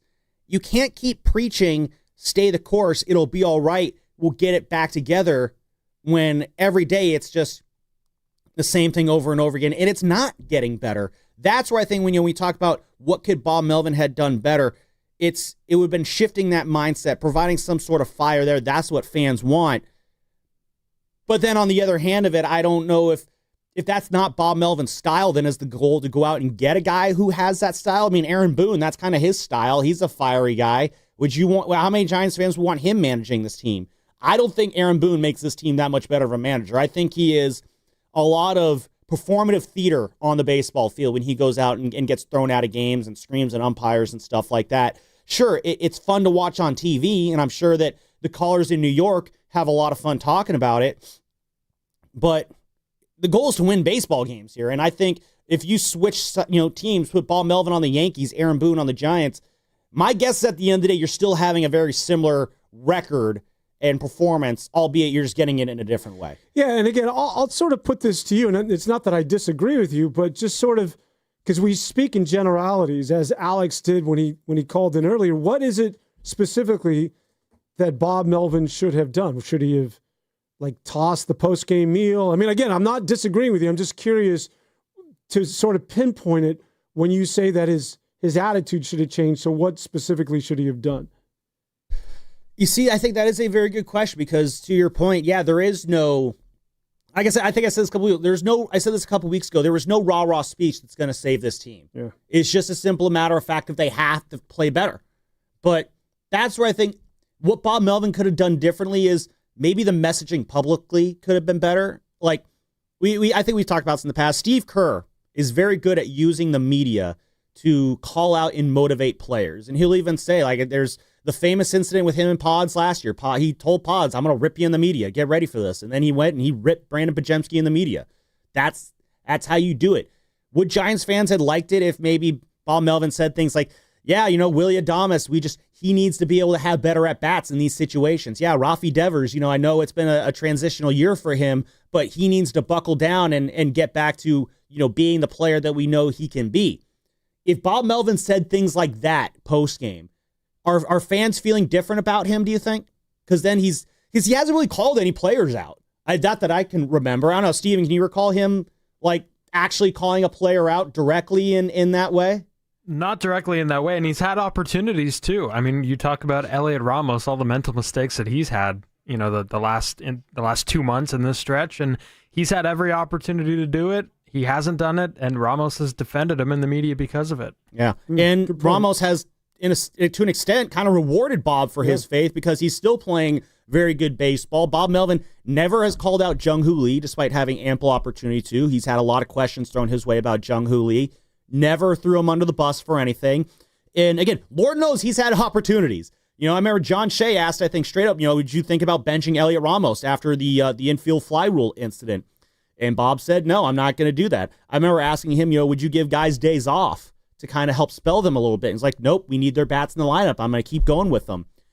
And although spelling Willie Adames really sort of turned things around. And the one day for Willie ended up turning his season around. I think that the arrival of Rafi Devers also helped there, just take the pressure off of Willie and being the face of the franchise. But in terms of being the yelling, screaming, fiery manager that fans want, we had Chris Rose join us on the Morning Roast yesterday, and Spinoni asked, about Bob Melvin managing for his job, and here's what Chris Rose had to say about that. That is a tough one. We talked about that on my daily podcast, Baseball Today, a few weeks ago.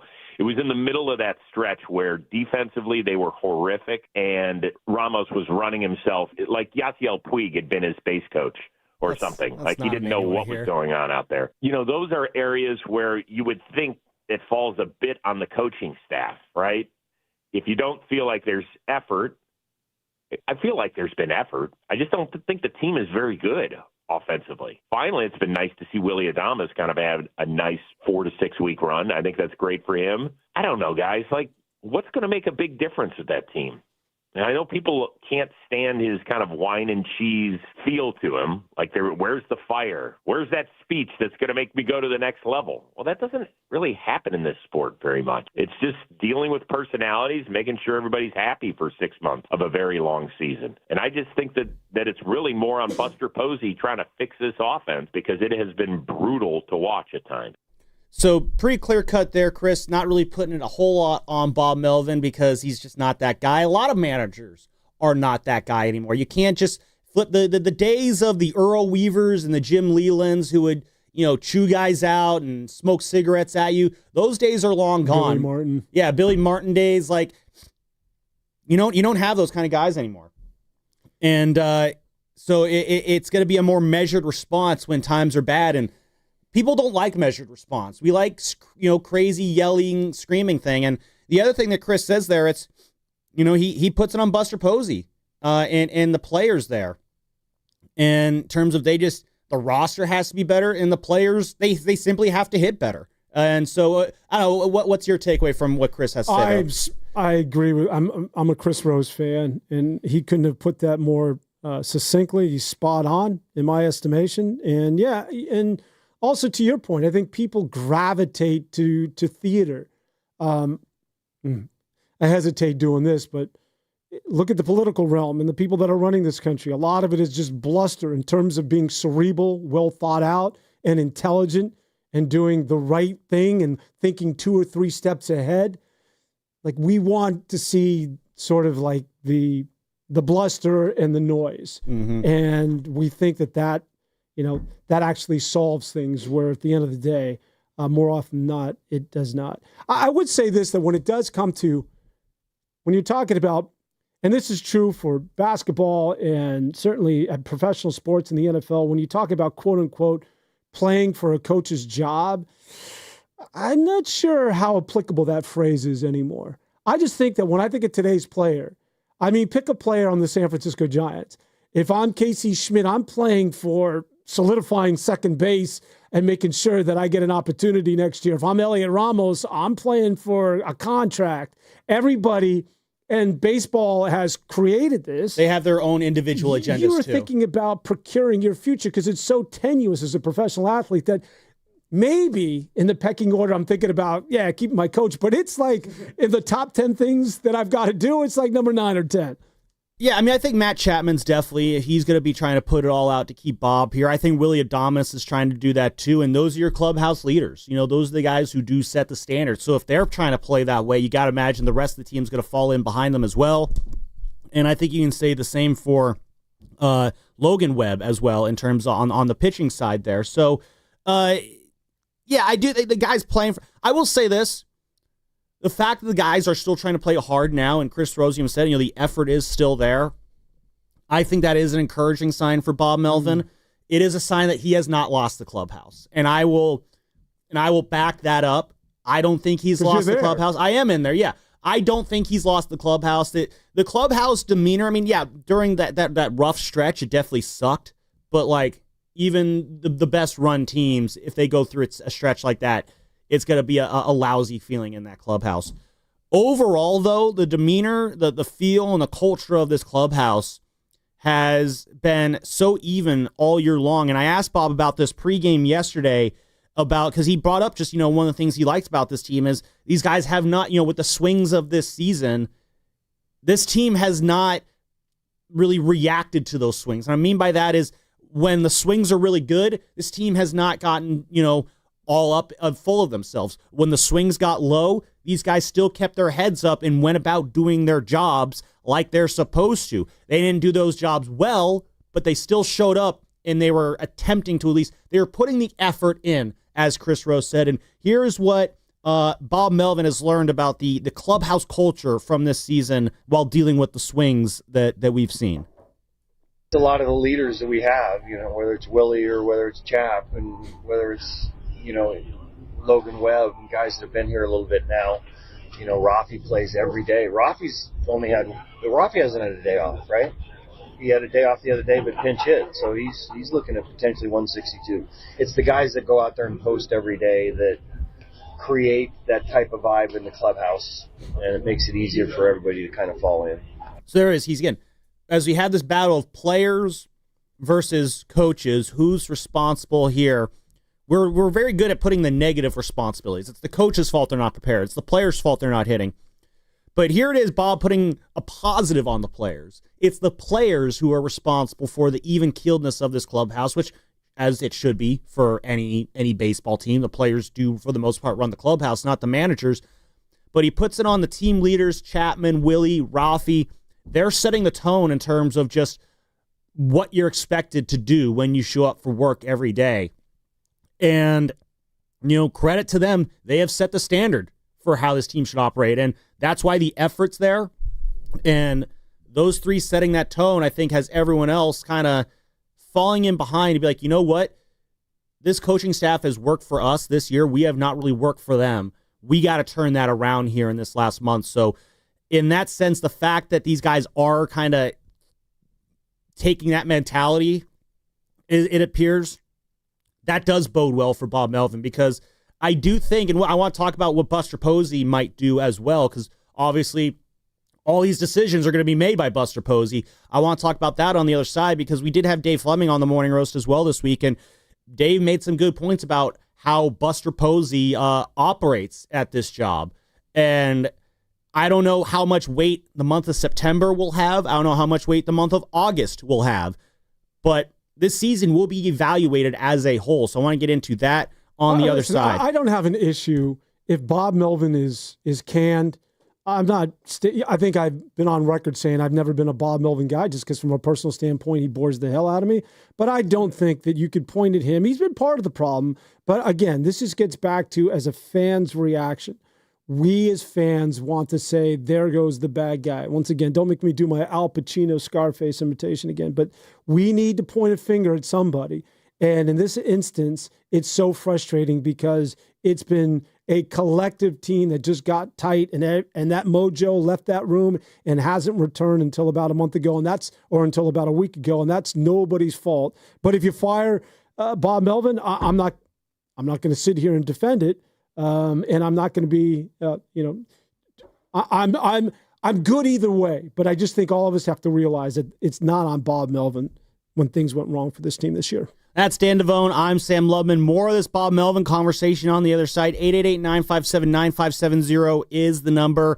Bob Melvin's job status. Is it Is it set in stone? Can it be changed? What will this last month, what will the impact have on Bob Melvin's future? We want to hear from you, Giants fans. It is the Orange and Black Weekend Wrap, brought to you by Fremont Bank. Here for you, here for good. This Labor Day weekend, be road trip ready with Valvoline Instant Oil Change. No appointment needed. Stay in your car while they change your oil and check your tires, battery, and fluids before you head down the coast or over the Golden Gate. Visit BayAreaOilChange.com. Hey, it's Butcher Boy here for the one and only Ceremony Ford in Colma. And listen up, Tesla owners. It's time to make the switch. Right now, you can upgrade to a 2025 Mustang Mach-E Select for just $239 a month, plus tax for 36 months, and it's only $19.99 due at signing. No trade-in required. And here's the kicker, 0% APR on every Mach-E in stock. We're talking over 100 to choose from. One of the largest inventories in Northern California. Plus, you get a $2,500 rebate, 2 years of complimentary maintenance, and the Ford Power Promise. That's a complimentary home charger with installation. Not a current EV owner? No problem. You still get the Ford Power Promise. But hurry, these offers end September 2nd. Don't wait. Don't overthink it. Ceremony Ford in Colma, your NorCal Mach-E headquarters. See dealer or ceremonyford.com for details. Comcast Business High Five Hotline. What's the state of your excitement? I signed my business up for the 5-year price lock guarantee, and I can't stop high-fiving people. High five! Okay, deep breath. High five. You're in a good place. You signed your business up for 5 years of gig speed internet and advanced security, all on our ultra-reliable network. Gig speeds and advanced security? I'm so stoked. Yep, and you get it at a great rate that's locked in for 5 years. Woo! The high five is just your body's way of saying, I'm winning.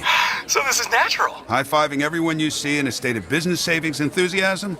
Totally natural. Sweet! Thank you! Thank you! High five, everybody! High five! The Comcast Business 5-year price lock guarantee is back, but only for a limited time, so sign your business up today. High five! Comcast Business, powering possibilities. Ends 9/21/25 for new customers with qualifying bundle. Current customers may be eligible depending on services and area. Guaranteed rate applies to monthly service charge, excluding taxes and fees. Other restrictions apply. When you own your own business, you need to keep things moving. Need to book a last-minute flight? Earn a $300 travel credit to cover that. Need to take a meeting before takeoff? Do it from the comfort of the Chase Sapphire Lounge by the club. Need to catch your breath before you board? Done. With $2,500 in annual value, the new Chase Sapphire Reserve for Business is the card that gives back all you put in. Visit chase.com/reserve business to learn more. Cards issued by JPMorgan Chase Bank and a member FDIC, subject to credit approval. Terms apply. All right, team, it's game time. Blue 42, California 8 scratch right on one. Wait, what play is that? Keep up, man. He said play scratchers for the California Lottery. Oh. With the new Los Angeles Chargers, San Francisco 49ers, and Los Angeles Rams scratchers, it's always a great call. For sure. On one. Ready, set, Play the new Game Day Scratchers from the California Lottery. A little play can make your day. Please play responsibly. Must be 18 years or older to purchase, play, or claim. This Labor Day Sell-a-thon, your California Ford dealer proudly salutes you. From job sites to open roads, Ford trucks and SUVs move the people who move the nation. And for a limited time, get the biggest deals on an incredible selection. Like the built Ford Tough F-150 truck, part of Ford F-Series, America's best-selling trucks for 48 years and counting. Or the adventure-ready Ford Bronco and Bronco Sport, with GOAT modes to help you conquer the great outdoors. And check out the always electrifying Ford Mustang Mach-E with 0 to 60 thrills and 0 emissions. To the ones who keep America moving, these deals are for you. It's the Ford Labor Day Sell-a-thon, and it's your chance to save. Whether it's gas, hybrid, or all-electric, now's the best time to get behind the wheel of your brand new Ford truck or SUV and drive it home today. So go to your California Ford dealer now. Based on 1977 to 2024 calendar year total sales.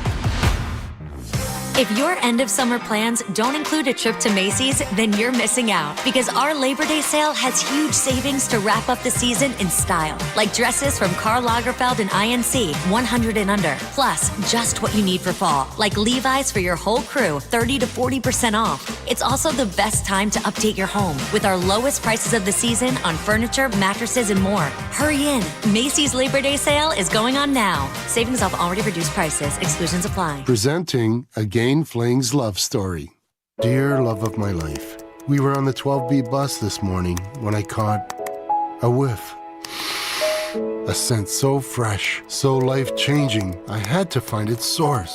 Alas, I didn't know if you were the woman in the pink freshly washed cardigan or the retired mailman next to me, but I knew one of you was my soulmate. Ah, the scent of Gain Flings. Try Gain Flings with OxyBoost and Febreze. This Labor Day weekend, we're celebrating Bob's Discount Furniture's 200th store milestone with the entire Bob's family across the country. For more than 30 years, we've believed everyone deserves the home they love. That's why we brought our everyday low prices on furniture, mattresses, and more to over 200 locations from coast to coast and counting. Not to mention free treats for the whole family in our cafes. Celebrate Bob's Discount Furniture's 200 store milestone this Labor Day weekend. Oh, my Bob! Join 95.7 The Game at our annual Red and Gold Summit on September 4th at Westfield Valley Fair Mall in Santa Clara. We'll be live from King's Fish House from 2 to 6 p.m. See all of your favorite hosts kick off the new football season. For info, visit 957thegame.com.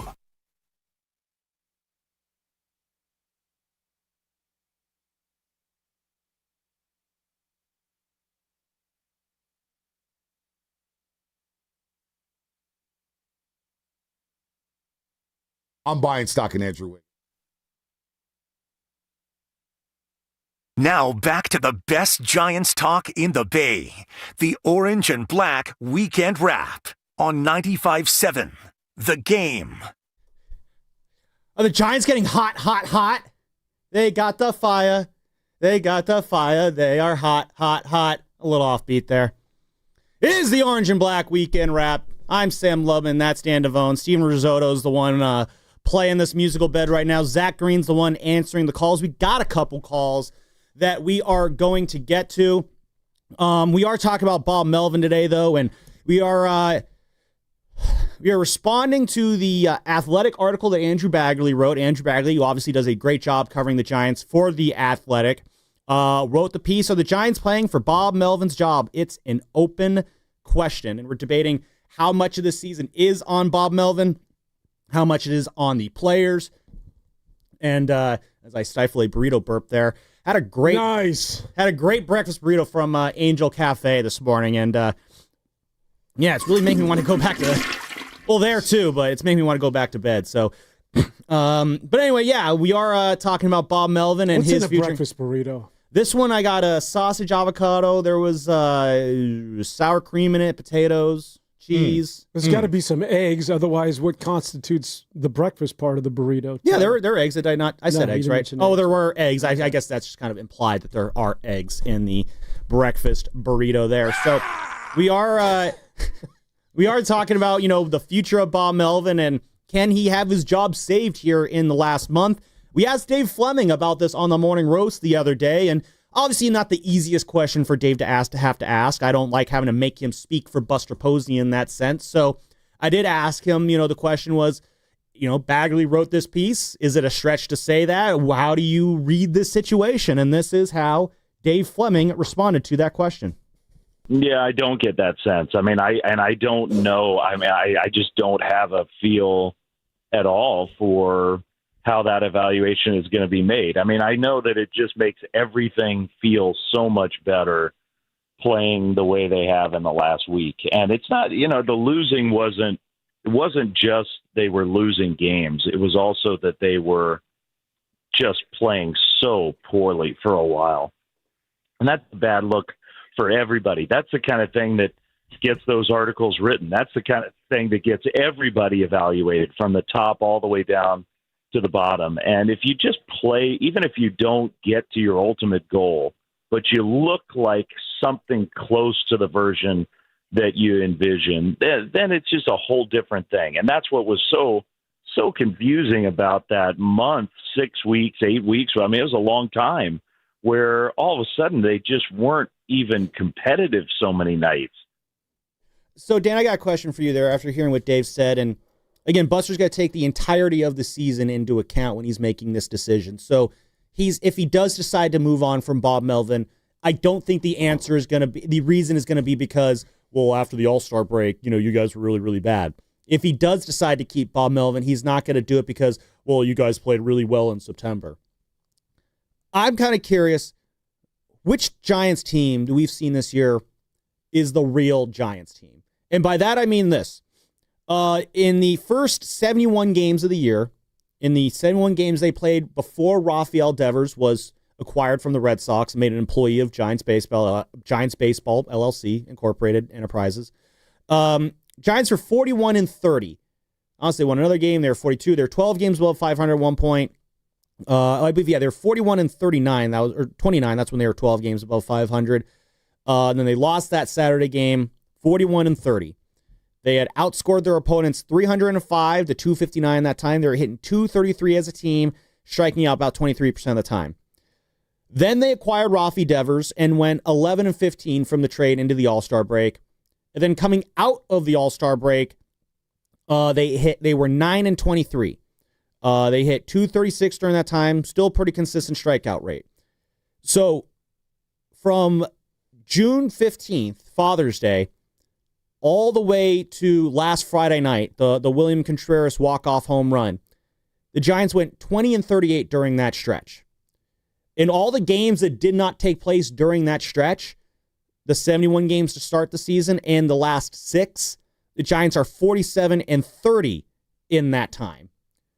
So of those two teams, Dan, which do you think is, I don't want to say which is the real Giants team, because I think the answer is a little bit more nuanced than it's either this or that, a segment we don't do anymore. But yeah, which one do you think, which of those performances do you think is more reflective of what this team really is?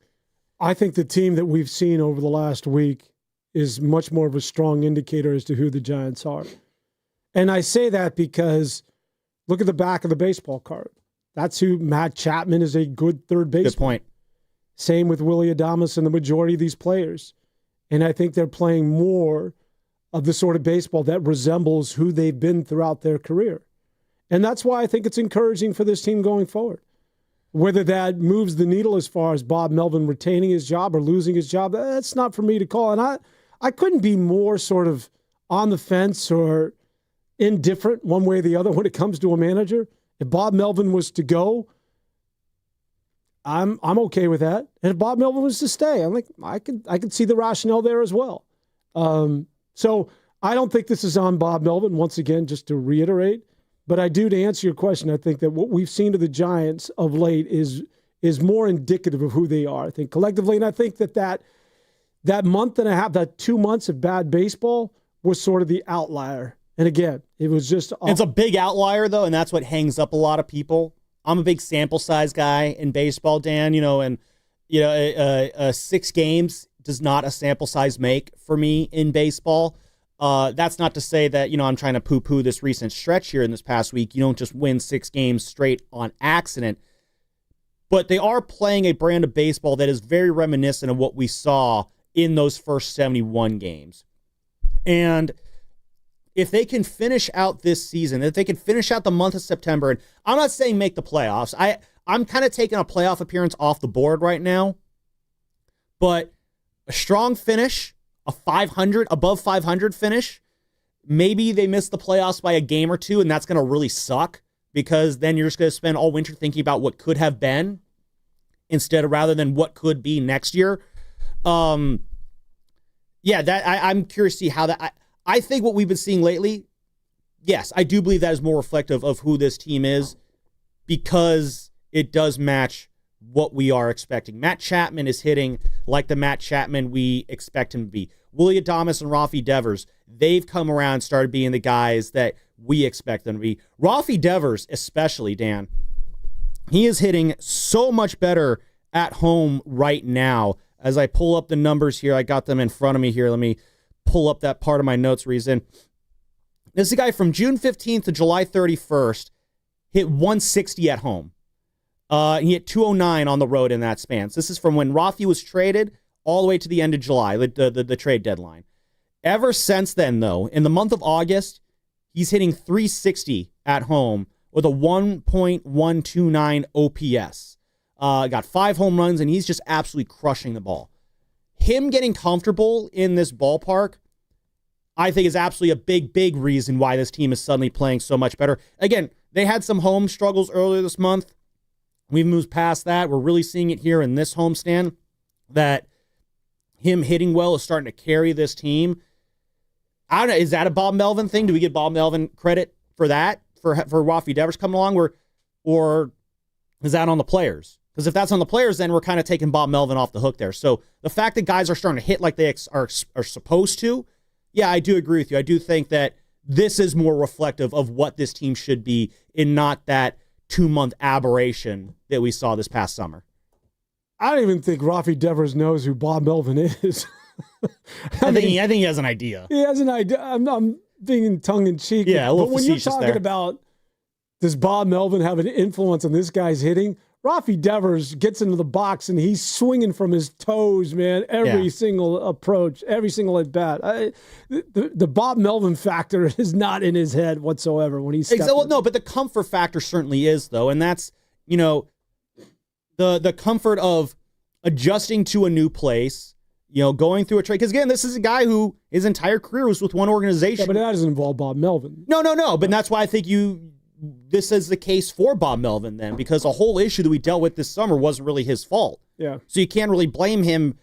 When Rafi Devers was struggling and the Giants were struggling as a result of that, as you say, then that's not a Bob Melvin thing. Then that kind of moves the needle in favor of Bob Melvin returning. That's kind of the point I'm making there. So it's the fact you got guys hitting well, that's why this team's playing well, but that's independent of Bob Melvin. So if it's always been independent of Bob Melvin, then you can't really blame him for that, I guess is the point I want to make. So speaking of not being able to blame Bob Melvin, that's what Rod and Vallejo is at right now. He's not blaming Bob Melvin for how this season's went. Rod, how you doing today? You're on the wrap. Good show, guys. Good show. Good to wake up on a Saturday to a nice show like this. Awesome. You cannot blame Bob Melvin. It's that ballpark. Look at Mike Yastrzemski since he left. He's hitting out of his mind. I grew up in San Francisco, in the Ingleside. I know what it's like playing in that heavy fog and cold. It's nasty baseball weather. Right now they're hitting good because this is the best time of the year in San Francisco. Look at the temperatures. This is our Indian summer. This is a great time in the city. This is when the Yankees and the Dodgers come into Oracle, they can get that ball out of the ballpark and up into the alleys because they got big boys. Giants, their name is Giants. Let's get some big guys in there that can get that ball through that fog and up into the alleys and out of the ballpark. What do you think? Hey, really quick, you grew up in the Ingleside. Beeps Burgers. Have you ever had one? Beeps, right over there by City College, yeah. All right, just making sure. Ingleside used to, that. Gotta check if you're OG there, Rod. That area used to be a racetrack, believe it or not, Rod? Way back? Yes. I went to Balboa High School. Balboa? Go Bucks? All right. I'm trying to think of. Anyways, Beeps Burgers, my man Pasta went to Reardon High School, which is in the City College. My grandson goes to Reardon. We won't hold it against you. I got nothing against Reardon. I'm from the East Bay, so you guys are just saying places that I assume exist. So thank you very much for the call there, Rod. Yeah, simple. Just get big boppers who can hit it through the fog. I don't disagree with that. The problem is that's kind of been always kind of off the Giants' radar because those guys don't want to come here. That said, Rafi Devers is a big bopper. Willie Adames has shown himself to be a big bopper. Matt Chapman's not a big bopper, but he can put some thump on the ball. So the Giants are never going to be a big bopping team like the Yankees and Dodgers. And it's been proven that trying to build teams like that does not work here. Farhan Zaidi tried to do that and failed miserably. This team wins when you got just enough offense to support your really good pitching. And when I look at the composition of this lineup, the core of this lineup, the pillars of this lineup, Devers, Adames, Chapman, I'm all in on that. I think Ramos and Lee have the hitting profile to hit very well at Oracle Park. Those 5 guys are the core of a lineup that can do not a ton of damage, but enough damage to make it to where the pitching can handle it from there. I'm feeling good about those 5 guys there. Adding another hitter, I don't think they're going to go out and they're not going to add a Kyle Schwarber. If they are going to add another hitter, he wasn't in the lineup last night. He's on the IL right now. Keep an eye on the Orioles, though, and Adley Rutschman this offseason because they just signed their new catcher. I I'm spacing on his name. Basal or what's so we did this experiment, this exercise last week. The guy, he had a name. I'm going to get it wrong, so I'll have Risotto say it at some point. But they signed him like a 6-year deal after 4 games. So clearly they're more in on this kid than they are on Adley Rutschman. So the Orioles are putting Adley Rutschman on the trading block this winter. If I'm Buster Posey, who knows a thing or two about catching, I am absolutely reaching out to Baltimore to see if you can get Adley Rutschman, who in a down year you be getting on a buy low right now. I don't know what that deal looks like. I don't think you'd have to give up a top tier prospect, but maybe you got one of these new guys that you got in. Maybe it's you package like a Blade Tidwell in that. You got him for Tyler Rogers, you flip him for Adley Rutschman. You're allowed to do that with prospects in baseball, so that's an option there. If there is a big hitter added this offseason, my bet right now is that's the guy to keep an eye on. Adley Rutschman from the Orioles. 888-957-9570 is the number. Back out to the lines. One of our elites at this station, Jan in Mountain View. I mean, bring it on, man. Bring it on, Jan. You're on the wrap. What do you got for us? Yes, good morning, the two of you. Well, first thing is I'm taking Melvin out of this because I've heard that he puts his emotions in the clubhouse away from the media and away from everybody that don't know what's going on. But I feel now that the bats are coming around and they're making contact with the ball, and they're playing like they did earlier in the year. And I like Lee in that leadoff spot, and maybe they should move down. Maybe they should move Ramos maybe down in the 4th or 5th hole. But I feel that they're more or less they're realizing that we got to wake up and play like we're supposed to. It may cost us our job if we don't get our act together, because Posey is checking every game and taking every game seriously, and he's probably going to start making moves if they don't start playing like they're supposed to. Thank you. Well, thank you, Jan. Yeah, I do kind of agree with her assessment. I think Ramos should be hitting lower in the lineup. Honestly, the lineup we saw last night, it was Jung Hoo Lee leading off, then Willard Dibs, Rafi Devers, Matt Chapman, Dom Smith, Casey Schmidt, Matos Bailey, Drew Gilbert. I did not hate that lineup and the construction of it. I think Elliot Ramos hitting maybe in the 5-6 spot next year might be a better spot for him. I do like the 1-2-3 of Lee, Adames, and Devers. I think that's the 1-2-3 in the lineup that I would like to see most often going forward. Yeah, I guess if I had to level some sort of criticism at one Bob Melvin, this is a bit nitpicking, I would say that lineup has got to be a little bit more concrete and structured and reliable, especially when it comes to Jung Hoo Lee. He's got to come to the park and know his role. Absolutely, and I've asked Bob a lot about this, especially when Chapman was coming back. What do you expect that full-time lineup to look like? And I remember he told me, it's not many teams have set lineups these days, and I kind of disagree with that. I think the really good teams do have set lineups, and if you're going to fashion yourself as a very good team, you need to have a set lineup. One thing the Giants never really had under Farhan Zaidi was a set lineup. The only time they really did was in 2021 because you had fixtures like Brandon Belt, Brandon Crawford, and Buster Posey on that lineup, and you won 107 games because you had a consistent plan every day. The last few years, though, you have not had a consistent plan with the lineup on a daily basis. This year, there's been a lot of flux with the lineup on a daily basis. Part of that, I think, is because Jung Hoo Lee for a period was just lost at the plate, so you're not going to put him in the leadoff spot. But now that he's kind of rediscovered that stroke, first of all, the fact that we saw this come from a mile away at the start of the year when they had this idea for whatever reason to have Lamont Wade Jr. be the leadoff guy and just have Jung Hoo Lee be the 3-hitter, which I never liked that strategy from the start. And you ended up doing lineup, Jenga or whatever all year long.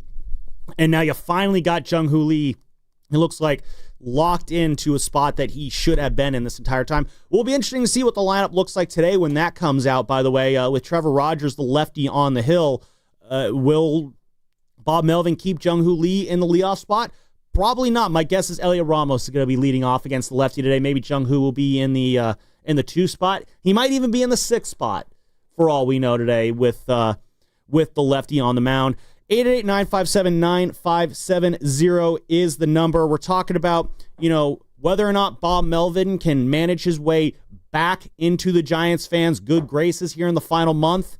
Is he managing for his job? Can he save his job? Has his job already been saved? And the reason we're talking about that is because the Giants have won 6 straight, and some just seems different about this team. We asked Robbie Ray last night what he thinks is different about this team. Here's what he had to say.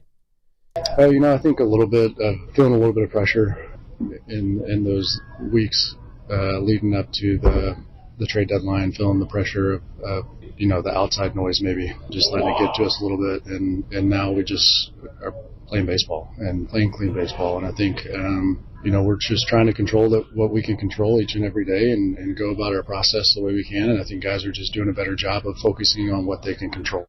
So again, we talked about the pressure and kind of taking the pressure off here. And this is where I think you can turn the microscope onto Bob Melvin a little bit more. We discussed this earlier in the show, Dan.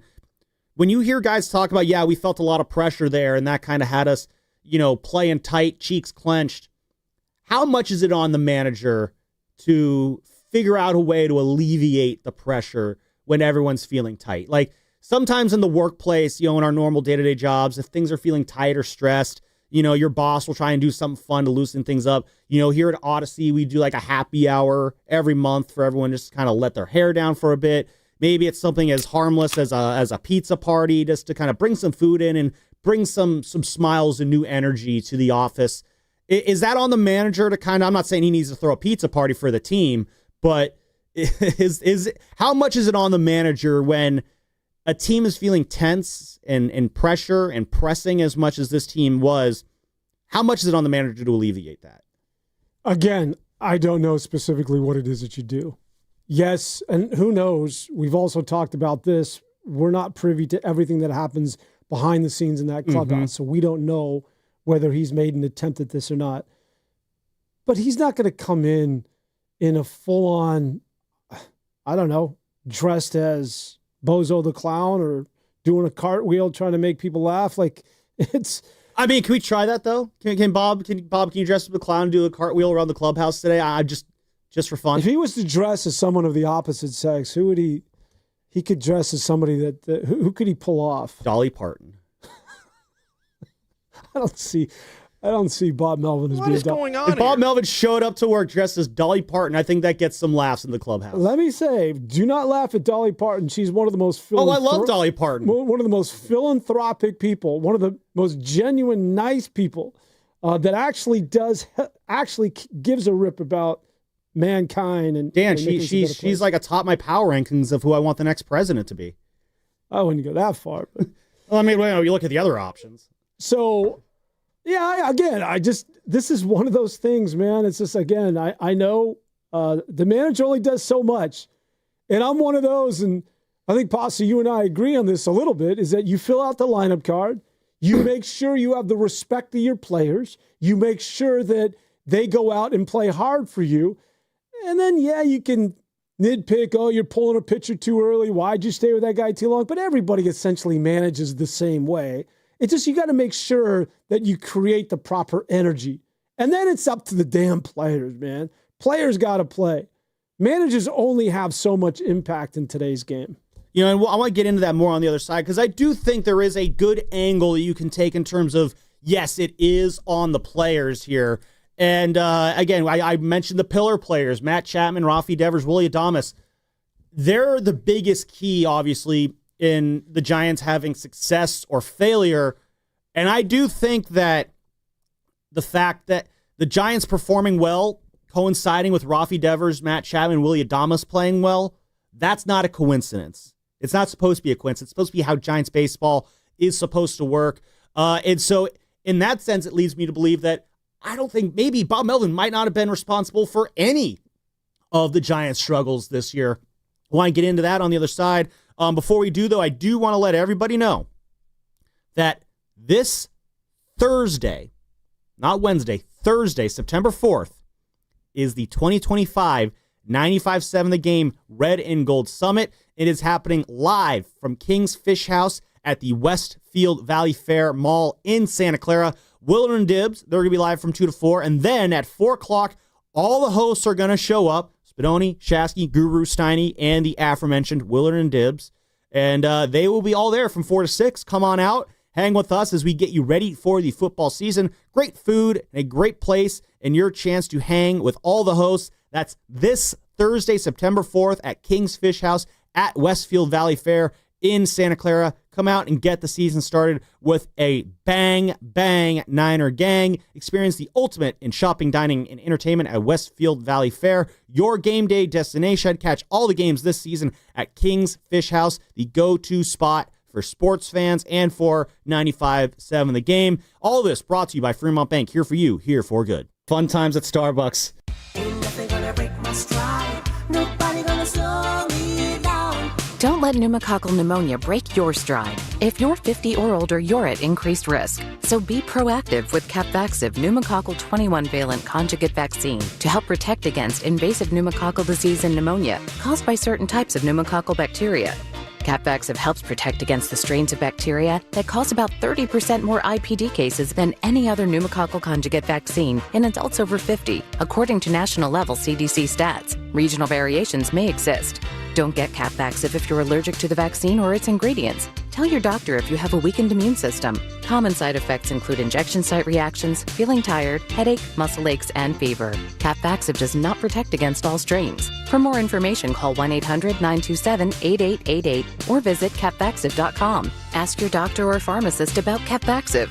Need help paying for your Merck vaccine? Visit merckhelps.com. Sponsored by Merck. This is Larry Flick, owner of The Floor Store. Our Labor Day sale's on now, and it's big. Up to 50% off store-wide, 0% financing for 2 years, and we pay your sales tax. Go to floorstores.com for directions. The Floor Store, your Bay Area flooring authority. Hey, this is Willard and Dibs from 95.7 The Game with great news from Safeway. You can earn Safeway rewards with each purchase you make. Then use your rewards for discounts on groceries or up to 20 cents off per gallon in gas rewards at participating Chevron or Texaco stations, and up to $1 off per gallon at participating Safeway fuel stations. Not a member? Register for an account with your phone number at checkout and start earning rewards today. I personally love shopping at Safeway and saving up to 20% on my purchases for you with personalized deals, meal plans that list the ingredients needed to make shopping easy, and pet perks. There's something for everyone, including a free item every month from some of my favorite brands. If you sign up today, you can get $5 off your first purchase of $25. Restrictions and exclusions apply. Learn more at Safeway.com/4U. That's Safeway.com/FORU, as in the letter U. We will see you at Safeway soon.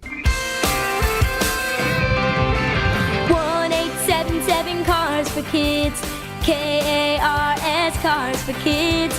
1-877 Cars for Kids. Donate your car today. 1-877 Cars for Kids. KARS Cars for Kids. 1-877 Cars for Kids. Donate your car today. Ready to get rid of that old car? Donate it to Cars for Kids. Call 1-877-CARS-FOR-KIDS to reach a friendly live agent. Donation is super easy, and your car can be picked up as soon as tomorrow. Call us now, 877-CARS-FOR-KIDS. That's Cars with a K to donate your car today. 1-877 Cars for Kids. KARS Cars for Kids. 1-877 Cars for Kids. Donate your. Did you know you can donate real estate too? Go to carsforkids.org. That's carsforkids.org. The long weekend sale is on at Target with exciting deals you won't want to miss. Stock up on grilling must-haves for a few more sunny barbecues. And while you're at it, ease into sweater weather with fresh new fits for the fam. Whether you're hosting, relaxing, or showing off your new style, Target has your deal in-store, online, and in the Target app. Hurry and save more with the long weekend sale happening now through Monday. Only at Target. Get in the zone, AutoZone. Summer's almost over, but the heat is pressing on. If you've got battery trouble, stop by AutoZone for free battery testing. It may just need a charge, and we'll do that for free too. If you do need a battery, we've got options starting at just $89.99, and we'll recycle your old battery for free. Now that's a strong start. Don't miss the end of summer sale, now at AutoZone until September 22nd. Get in the zone, AutoZone. Restrictions apply. Your cold is coming. Your cold is coming. When you feel a cold coming, shorten it with Zicam, the #1 cold shortening brand. Oh, no, not before my big trip. The big trip you've been planning is coming up, and so is your cold. But Zicam can shorten your cold and get you back to planning sooner. Thanks, Revere. We really should keep Zicam in the house. Shorten your cold with Zicam. Take it from America's most revered messenger. Shorten your cold at the first sign with cold shortening products from Zicam, the #1 cold shortening brand. Available in stores or see where to buy at Zicam.com. This is the story of the one. As a lineman, he does whatever it takes to keep the power on in his community. And he wants a partner like Grainger who does the same. Grainger offers the professional-grade products he needs, from voltage detectors to harnesses to hard hats, plus fast, dependable delivery, so he can rise to every challenge. Call 1-800-GRAINGER, click Grainger.com, or just stop by. Grainger, for the ones who get it done. Moms and dads, do you wish you could know where your kids' shoes are at all times? Now you can with Skechers' newest Apple AirTag compatible sneakers, Find My Skechers. There's a clever hidden AirTag compartment under the shoe's insole. It's sleek, secure, and your child can't feel or see it.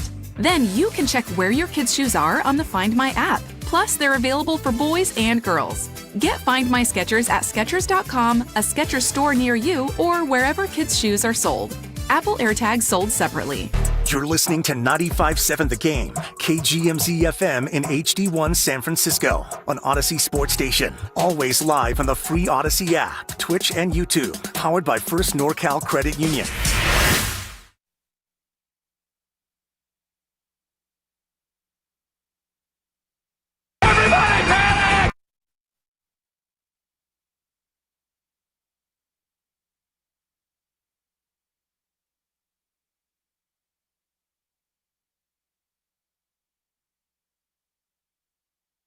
Now back to the Orange and Black Weekend Wrap on 95.7 The Game.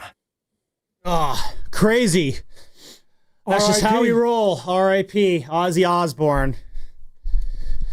Anyway, it is the Orange and Black Weekend Wrap. Final hour of the wrap coming up here on this wonderful Saturday morning after a 15-8 win for the Giants last night over the Orioles. A great weekend for fans of the Orange and Black, and just a great weekend for Orange in general. As I wear my Orange Miami Hurricanes sweatshirt today, they will be taking the field at Hard Rock Stadium tomorrow at 4:30 against the Notre Dame Fighting Irish. The utter shame Fighting Irish. And that's what life's about. And that is exactly what life is about. It is about welcoming who those. replaced Cam Ward?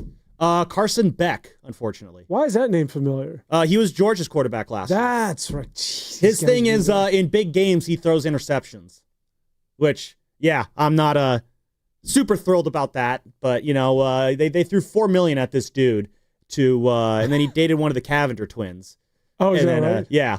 And then he one of them is went back to school, right? Went to the so they were both playing at Miami, then they went to Fresno State, and then they came back to Miami. No, it was the other way around.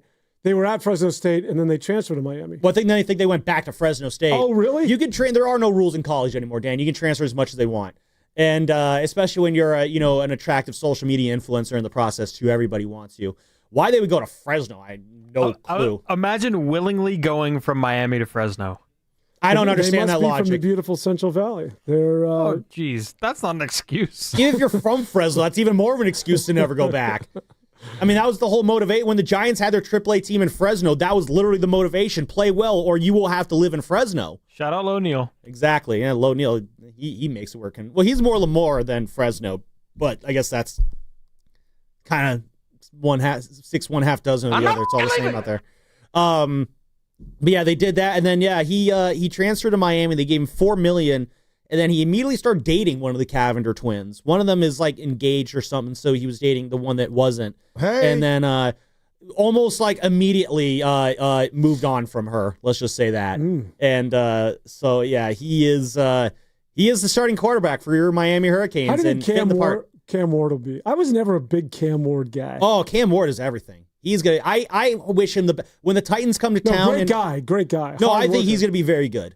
I'm certainly rooting for him. He absolutely deserves it.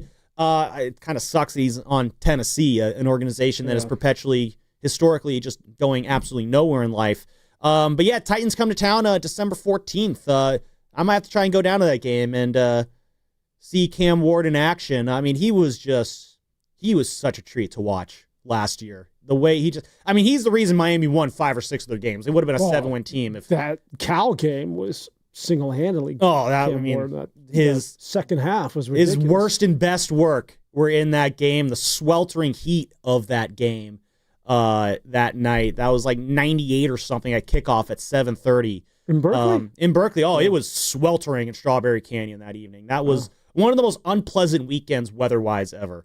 And then the next morning, obviously, the Niners and Cardinals had their swelter fest down at Levi's as we are just a few days away from football season. We got college football on right now, watching Arch Manning be woefully underwhelming right now against Ohio State, though they are driving into the red zone. So maybe Arch can turn some things around here. Speaking of turning things around, Dan, that is what the Giants are doing right now. That's a segue, by the way. 6 straight wins for the Giants, going to try and make it 7 now. And we're talking about whether or not this stretch is going to save Bob Melvin's job or not. And before I get into what I want to say next, Dan, I do want to throw a quick question at you. We've brought this up a little bit, but the finishing strong in September, do you believe a hot finish in September, that momentum carries over to the next season? I would. That's tough. I'm sure that there's data that could point at that, but it's, when you think about the Giants, it's just it's a feel good, right? And so, but when you start anew, to answer your question, sorry, I had to mull it over there. Hey, talk it out, don't answer rashly, give a good thought to it. That's what we like to do here on the Wrap. Yeah, so we're thinkers here. To answer your question, yes, I think that would have a carryover effect. Yeah, I think in certain situations it can, certain situations you don't know. I remember a couple of years ago, David Villar was called up at the end of 2022. He had a great finish to the year, and absolutely nothing came about it. So it can happen. Sometimes a team finishes hot in September, but if there's too much turnover in the offseason, then I don't know if that you're going to necessarily generate any momentum going into next season. There are 3 guys on this team, the 3 pillars of this team, that I need to have finish this season on a high note. Not just because I need to see them carry that momentum into next year, but because if they do, it's going to make me feel better about in terms of what they can do in this ballpark. I'm, of course, talking about Matt Chapman, Rafael Devers, and Willie Adames. The big one there being Rafael Devers. Again, I brought up early on the show, his first few weeks at home, it was not good. He hit 160 from June 15th to July 31st at Oracle Park. Meanwhile, he was hitting 209 on the road in that span. In the month of August, though, Dan, he is absolutely lit it up here for the Giants, hitting 365 home runs, crushing the ball, OPS north of 1,000. He had a multi-home run game, I want to say, Wednesday night against the Cubs. And we had Dave Fleming on Tuesday to talk about it. And that was the full picture of what Rafi Devers can do. I mean, we've seen glimpses of it, but last night is the full picture. Hard to do that every night, but he had a lot of those kind of games in his Red Sox career. And you don't go 7 years with a 850 OPS or whatever, as a one of the best hitters in the league year after year, and then just, he forgot how to do it. Like, that's just not how it works. So I think all along the perspective needed to be, it's in there, whatever is preventing him from looking like the best version of himself, whether it's the chaos of being traded, a new environment, a new ballpark, learning a new position, his back and his hip not being healthy. A combination of all those things have kept him from looking like the real Rafi Devers. Last night is why the Giants traded for him. There just aren't that many hitters in the game who can have a game like he had last night. Yeah, that was Dave Fleming when he joined Spadoni and I on the Morning Roast Thursday morning, talk about the 2 home run game that Rafi Devers had against the Cubs on Wednesday night. And we're talking about what's different about this team, what can save Bob Melvin's job. Is Bob Melvin's job still needing to be saved? I mean, there's a possibility that Buster Posey's already made his decision on Bob Melvin. The improved play from Rafi Devers is a big reason why the Giants are starting to trend upwards right now. And it's very possible that if this finish to the season does indeed save Bob Melvin's job, Rafi Devers is going to be a big part of why that is happening, because he is being the engine that is driving this team right now. Well, he's doing everything that they expected when they signed the guy. And he has got to be, if you're going to pay him this much money and sign him for this long, you need to see a lot more of that. We just heard from Dave Fleming. Believe it or not, he just showed up on the producer pod. I can't believe this, but he's behind the glass. Dave Fleming out of nowhere. Is that so, Dave Fleming? Dave, what brings you here to 95.7 The Game this morning? Hi, Dan. How are you? I'm doing well. Hi, Sam. Good to see you. So, Dave, how much is Rafi Devers going to be responsible for saving Bob Melvin's job? Well, I mean, I think Bob Melvin's job has already been determined. I think Rafael Devers is a good player, and he's one of those guys that hits the ball really far and deep and good. But he's one of those guys that had an 800 OPS lifetime, and coming to San Francisco, that just wasn't going to change. He's a great hitter. He hits the ball the other way pretty well. He's got a few opposite field home runs in San Francisco. He's a good hitter.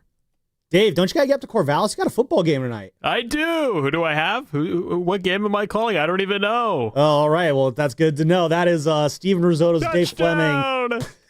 California! I have no idea who anyone on the Cal Bears is right now. But yeah, so also, by the way, you're going to have to come in early next Thursday. We totally forgot to have him do his Dave Fleming impersonation for Dave Fleming. We are going to have that happen. Is that the first time he's busted that out? Oh, no, oh my God. But go find when you showed it to Guru, because when he showed it to Guru earlier this week, you know how much Guru loves everything. Guru's getting an absolute kick out of it. So, Rizzo, let me know when you have it. We'll play. He's done that on the Here you go. Here it is. Your Dave Fleming impression for the people. I like how you enjoyed this, Guru. It means a lot. You said that it was an 11 out of 10. Just shut up and do it. Let me close my eyes. All right, I'm closing mine again, and I heard it, Evan. Thank you, Guru. Welcome to Oracle Park, the home of the Giants. We get you ready for baseball at the corner of 3rd and King. Yeah. Thank you, Sam Lubman. Thanks for having me on the Morning Roast. That's incredible! Thank you. We got to get it to the morning show. It's gone. Donnie, that's a wow! That's great. Evan, I know you guys are like, dude, where you going? He's done it for me before. It's a 10 out of 5. That's incredible! Oh my God. I don't know what's better, your impression or your impersonation or Guru's response to it. Guru's so much fun. Oh, hey, back to you, Guru. But some good news, damn it. I'm going to give you some good news, Guru. And the good news is Rafi Devers is carrying the Giants and is going to save Bob Melvin's job right now. And a big part of it is the fact that, Dan, he looks like he's finally comfortable hitting in this ballpark. Here's what Dave Fleming has to say about all these hitters who are feeling good at Oracle Park right now. Yeah, I mean, I think it is important. I do think that is part of what goes on with almost every player who comes here. There is an adjustment period. There is a period where maybe you get shocked a little bit. You get sort of punched in the gut by a ball or two that you hit about as well as you can. And for whatever reason, it's a cold night. There's a different wind, whatever. It doesn't go out. It doesn't, you get nothing for it. And that can be jarring for somebody who's never had it happen. And then, you settle in and realize, okay, it's not going to be that way every night. It's not going to be that way with every ball I hit. It's not as extreme as it can feel when it happens to you for the first time. And then you settle in and don't try to do something extra or don't try to be something different than you are. So I do think it's a good point that it is important for him to have some success at home. It's probably not going to be the case. There's almost never been a hitter whose numbers are better at home here than on the road. And so again, that was Dave Fleming when he joined us on the Morning Roast here. Again, talk about the importance of getting your guys to be hitting well at Oracle Park. Again, Rafi Devers hitting .360 at Oracle this month. That alone, we're talking about whether it's the coaches versus whether it's the players. What this all is showing is, again, it's more and more now that the players are actually executing like they're expected to. And that's the key word there. key part of that phrase there is expected to. The team is starting to look more and more like it was expected to based on the performance we saw back in April and in early May in terms of just the production that we're seeing from this team. Yeah, and you didn't have Devers back in early April and May. So what you're getting out of Devers is what it is that he's done throughout his career and what he's done in Boston. And that's just simply what the San Francisco Giants were not doing. Listen, Matt Chapman doesn't hit like this. Over the last 2 months, what you've seen out of Chapman has been, typically not what we expect out of one of the better third basemen in the game today. Same could apply to Willie Adames and sort of the heart of that order. And so they're just now coming back to the sort of players that we always knew that they were capable of being. Why did they disappear? Well, we can sit here and talk about Bob Melvin, Pat Burrell, but again, I just oversimplify it that you just lost your mojo, you got tight, and these sort of things happen in baseball. Granted, 2 months is a long sample size, but it does happen. Hey, one thing I do want to go around and Mom, where's the golfer? Where's Zach? Is he leaning over a 5-foot putt? I mean, my man Zach is, again, I want to say not only the best golfer here at 95.7 The Game, but I'll put that up against any other radio personality in California. I'll take Zach as my partner, but we're going to get Zach. We're going to go Pasta, and we'll go Sam. Now, listen, did we think that this was going to be a possibility even a week ago, 2 weeks ago? No. But as we all know, Barry Bonds is the last guy to hit 30 home runs in a season wearing a San Francisco Giant uniform. It hasn't happened since Barry Bonds, which is one of the most ridiculous stat lines, and I think the Giants need to end this thing. Could it happen with Willie Adames, who is currently at 24? You got how many games? 28 games left? 28 games, yes. And then he needs 6 home runs in 28 games. I think it's possible. Do we start with you, Sam, or do you want to start with Zach? We'll start with you. Let's start with me since I already basically gave the answer. I'm going to say yes. I think it's very, very... He could do it. No, very possible. It's a you know yes what? I'm going to no. say yes. I think he's going to do it. And what an amazing accomplishment that would be from where everybody was on Willie Adames at the beginning of the year. When everyone, like a month in, people wanted to have the conversation. It's time to have a conversation and say that this was a bad signing. And I would tell people that's ridiculous. We're a month in. Like, relax. Like, this is not going to happen within a month.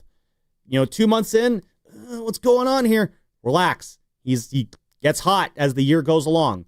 Just be patient. Let the guy do his thing. And here he is now. You talk about the back of the baseball card.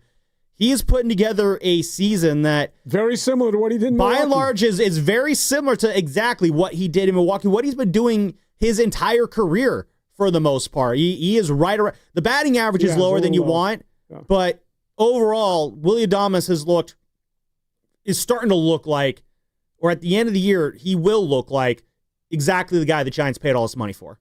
Look like Willie Adames. All right, Zach, is he getting to 30? Yeah, he's got it. It's a lock. Wow. A lock even. Wow. Pasta? Okay, I have a little bit of a... here we go. I'm going to say yes. Okay. But the Giants have a 3-game series coming up here in Colorado.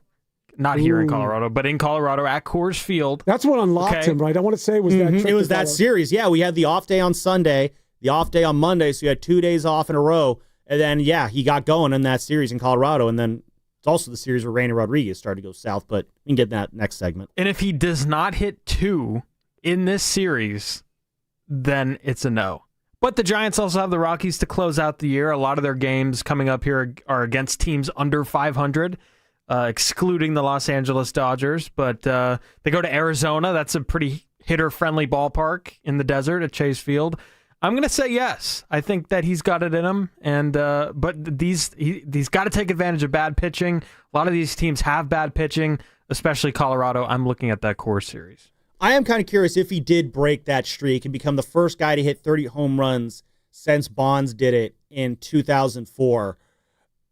I'd be kind of like, how would Giants fans then look at Willie Adames then? Is that going to change how we view him? Because, Dan, we saw it last weekend in Milwaukee. He was getting massive ovations every time he stepped to the plate.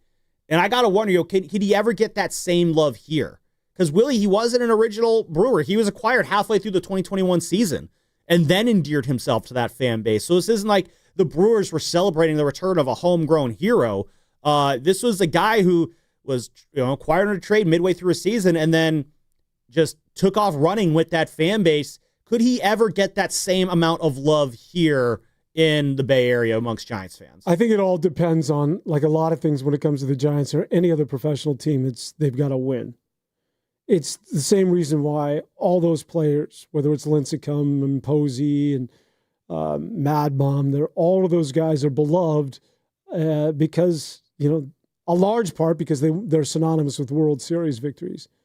If they win, he'll be adorned. He'll be put right up there in the rafters like everybody else. Mm-hmm. Think about it with Devers. The one thing that's been consistent, and this must have been hard for him to do, is that his energy has never wavered.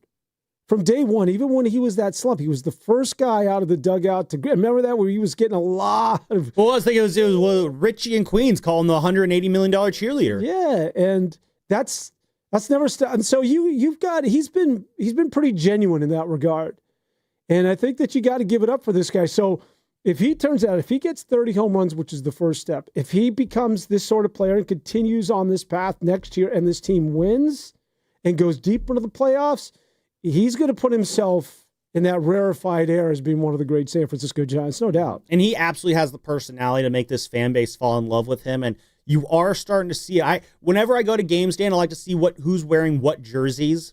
And, Risotto, you like to do this too. In the last couple years, who are the jerseys we saw the most of when we were sitting in the press box? Buster Posey, Brandon Crawford, Tim Lincecum. And a lot of Mike Yastrzemski's too.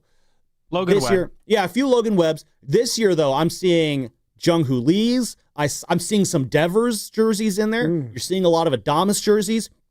I saw this. There's this woman who was sitting in front of the press box yesterday. I had to go down and find out where she got this sweatshirt. She had this sweatshirt that just had Matt Chapman's face all over it. Just like a bunch of Matt Chapman face. The entire sweatshirt was just Matt Chapman faces. And I was like, I need to know where you got this. So you're seeing fans embracing these players.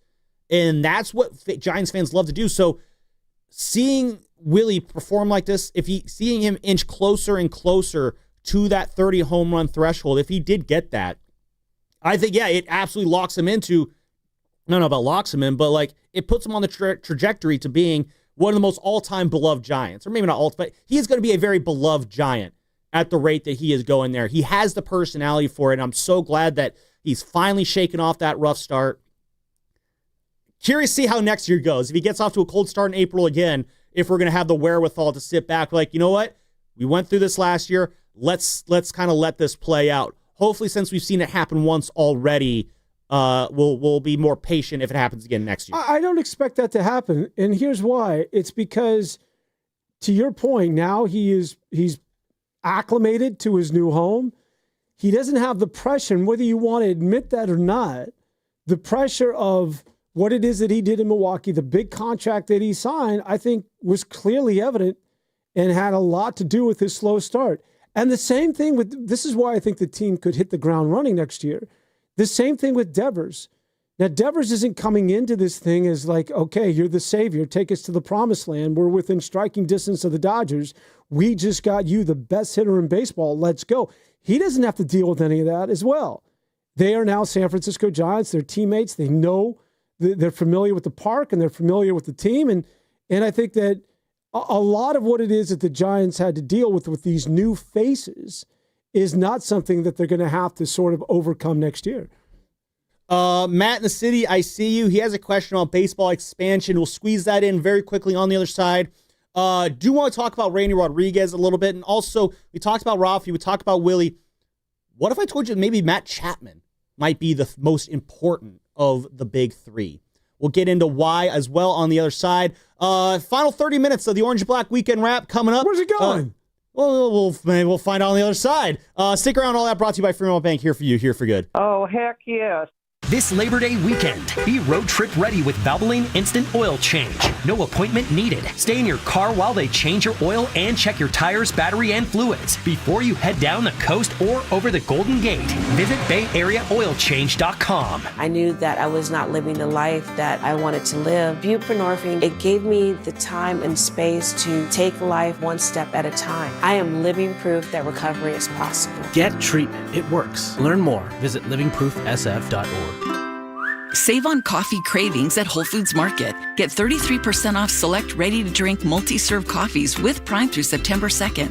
Make mornings easier with a quick boost. While supplies last, shop in-store or online. Terms apply. Hi, I'm Brian Bakhtiari, Executive Manager at Stevens Creek Subaru. The Bay Area has much to offer, with some of the best natural landscape, cuisine, and entertainment in the world. Stevens Creek Subaru also has much to offer, like our good prices, great selection, truly exceptional service, and the Subaru A Lot to Love event going on now. If you're considering a new or pre-owned Subaru, parts or service for your Subaru, or want to visit the Subaristas at our Wilderness Cafe, Stevens Creek Subaru is your destination for all things Subaru. This month, lease a 2025 Crosstrek 2.0i for just $269 per month for 36 months on approved credit, plus tax, license, and registration fees. No security deposit needed. $24.95 due at signing. Includes a $650 acquisition fee and an $85 dealer documentation fee and first month's payment. Must take delivery from retailer stock by 8/31/24. MSRP $27,816. 15 cents per mile over 10,000 miles per year. Offer expires end of month. VIN JF2GU ABC7SH275175. See Stevens Creek Subaru for details. Visit us on Stevens Creek in San Jose, right next to Santana Row, or StevensCreekSubaru.com. And remember, buckle up and drive safely. A strong heart, a steady stride, a life full of milestones. El Camino Health is here for you. From advanced heart and vascular care that keeps you on beat, to expert orthopedic treatments that keep you moving, and innovative cancer care that fights alongside you, with expert care for women, men, and new moms, supporting you through every chapter of your health, because every life we touch is built on trust and compassion. El Camino Health, our strength, your health. If your end of summer plans don't include a trip to Macy's, then you're missing out, because our Labor Day sale has huge savings to wrap up the season in style. Like dresses from Karl Lagerfeld and INC, 100 and under. Plus, just what you need for fall, like Levi's for your whole crew, 30 to 40% off. It's also the best time to update your home with our lowest prices of the season on furniture, mattresses, and more. Hurry in. Macy's Labor Day sale is going on now. Savings off already reduced prices. Exclusions apply. Game day just got an upgrade. Whether you're gearing up or winding down, Westfield Valley Fair is your go-to spot. Hit the latest gear at Shoe Palace, grab bold bites at Shake Shack and Eataly, and catch the action on big screens at King's Fish House. From premium shopping to epic eats and entertainment, make every football Sunday legendary. Westfield Valley Fair, where football fans fuel up in style. This Labor Day Sell-a-thon, your California Ford dealer proudly salutes you. From job sites to open roads, Ford trucks and SUVs move the people who move the nation. And for a limited time, get the biggest deals on an incredible selection. Like the built Ford Tough F-150 truck, part of Ford F-Series, America's best-selling trucks for 48 years and counting. Or the adventure-ready Ford Bronco and Bronco Sport, with GOAT modes to help you conquer the great outdoors. And check out the always electrifying Ford Mustang Mach-E with 0 to 60 thrills and 0 emissions. To the ones who keep America moving, these deals are for you. It's the Ford Labor Day Sell-a-thon, and it's your chance to save. Whether it's gas, hybrid, or all-electric, now's the best time to get behind the wheel of your brand new Ford truck or SUV and drive it home today. So go to your California Ford dealer now. Based on 1977 to 2024 calendar year total sales.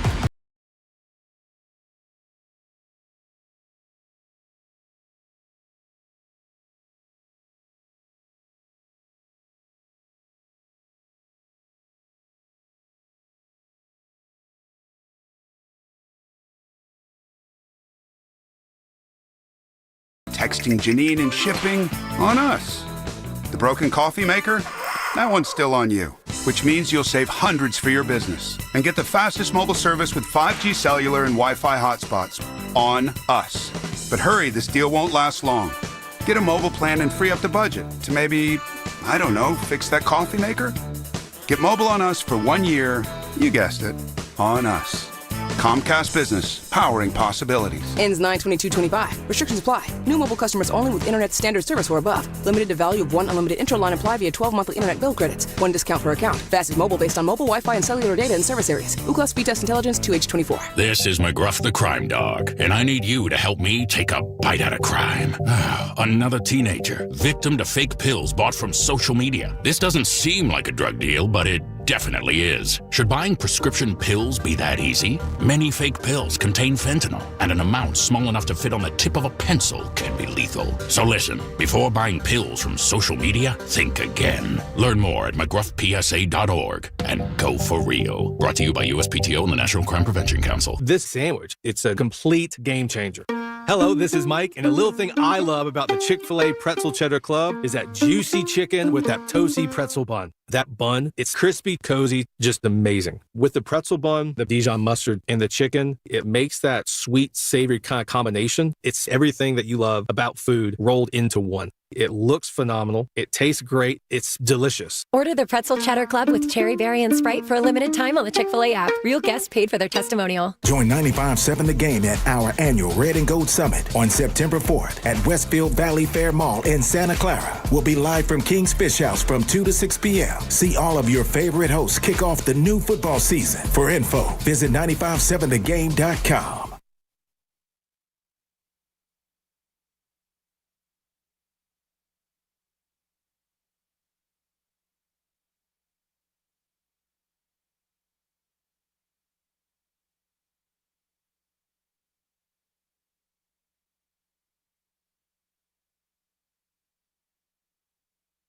Now back to the Orange and Black Weekend Wrap on 95.7 The Game. It's an interesting song choice here. Yeah, what are you trying to tell us? It is the Orange and Black Weekend Wrap.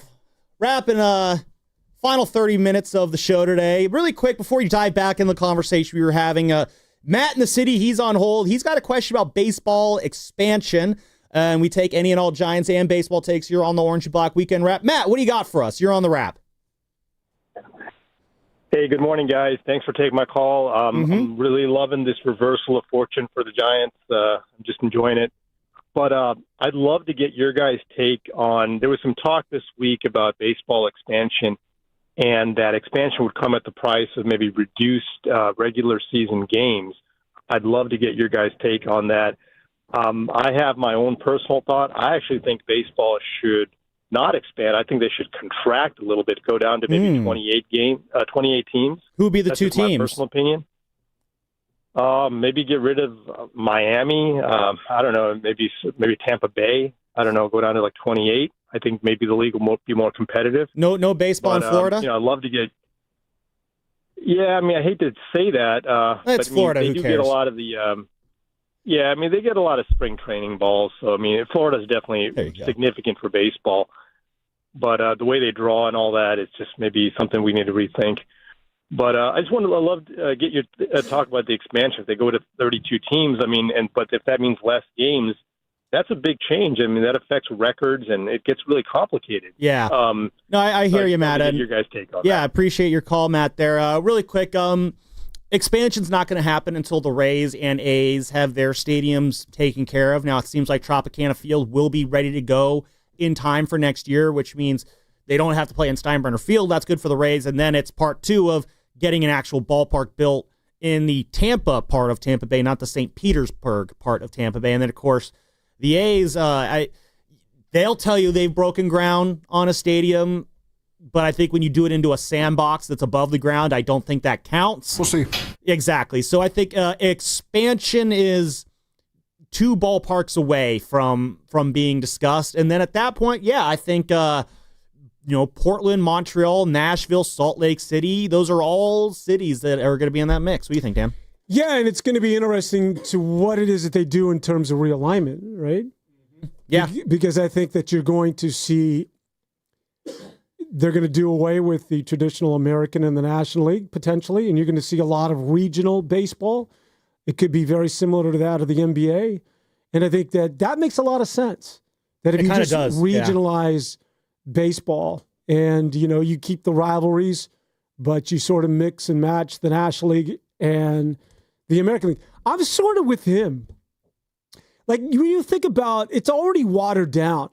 Expansion does it, and maybe I'm just one of those, like, I just like the way things are.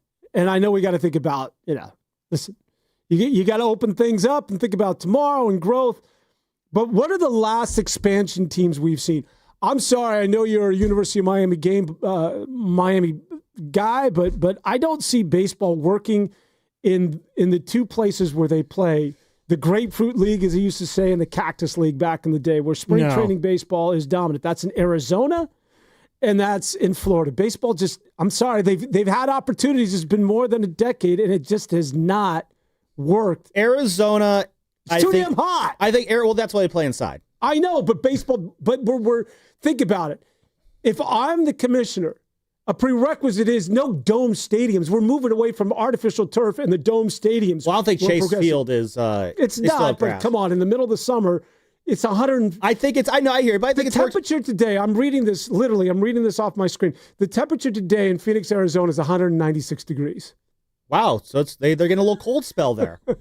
I think it's worth. You know my point. No, it's you get that hot. I think it's worked enough in Arizona that they're not going to contract the Diamondbacks. Florida, though, the Marlins are never going to be embraced in Miami. You can thank awful ownership in the fact that they bulldozed the Orange Bowl, RIPOB, for Marlins Park, which is a nice park, but great park, or Lone Depot Park as it's called now. And then the Rays, it's just a matter of they need to get an owner in there that's willing to pay attention. Wow, to they need to get an owner that's willing to pay money to keep that team together. That's what they need there, because the Rays have some of the smartest baseball people out there. They just can't afford to hold on to their players. That's what derails them. I mean, they're one of the best teams. They put a good product on the field. They're one of the best overachievers. But look where they are this year. How did we arrive at this? I mean, for crying out loud, they're playing in George Steinbrenner Field, which is the spring training home for that of the New York Yankees. And not to mention, the Colorado Rockies, were they in the early 90s, like 93? 93.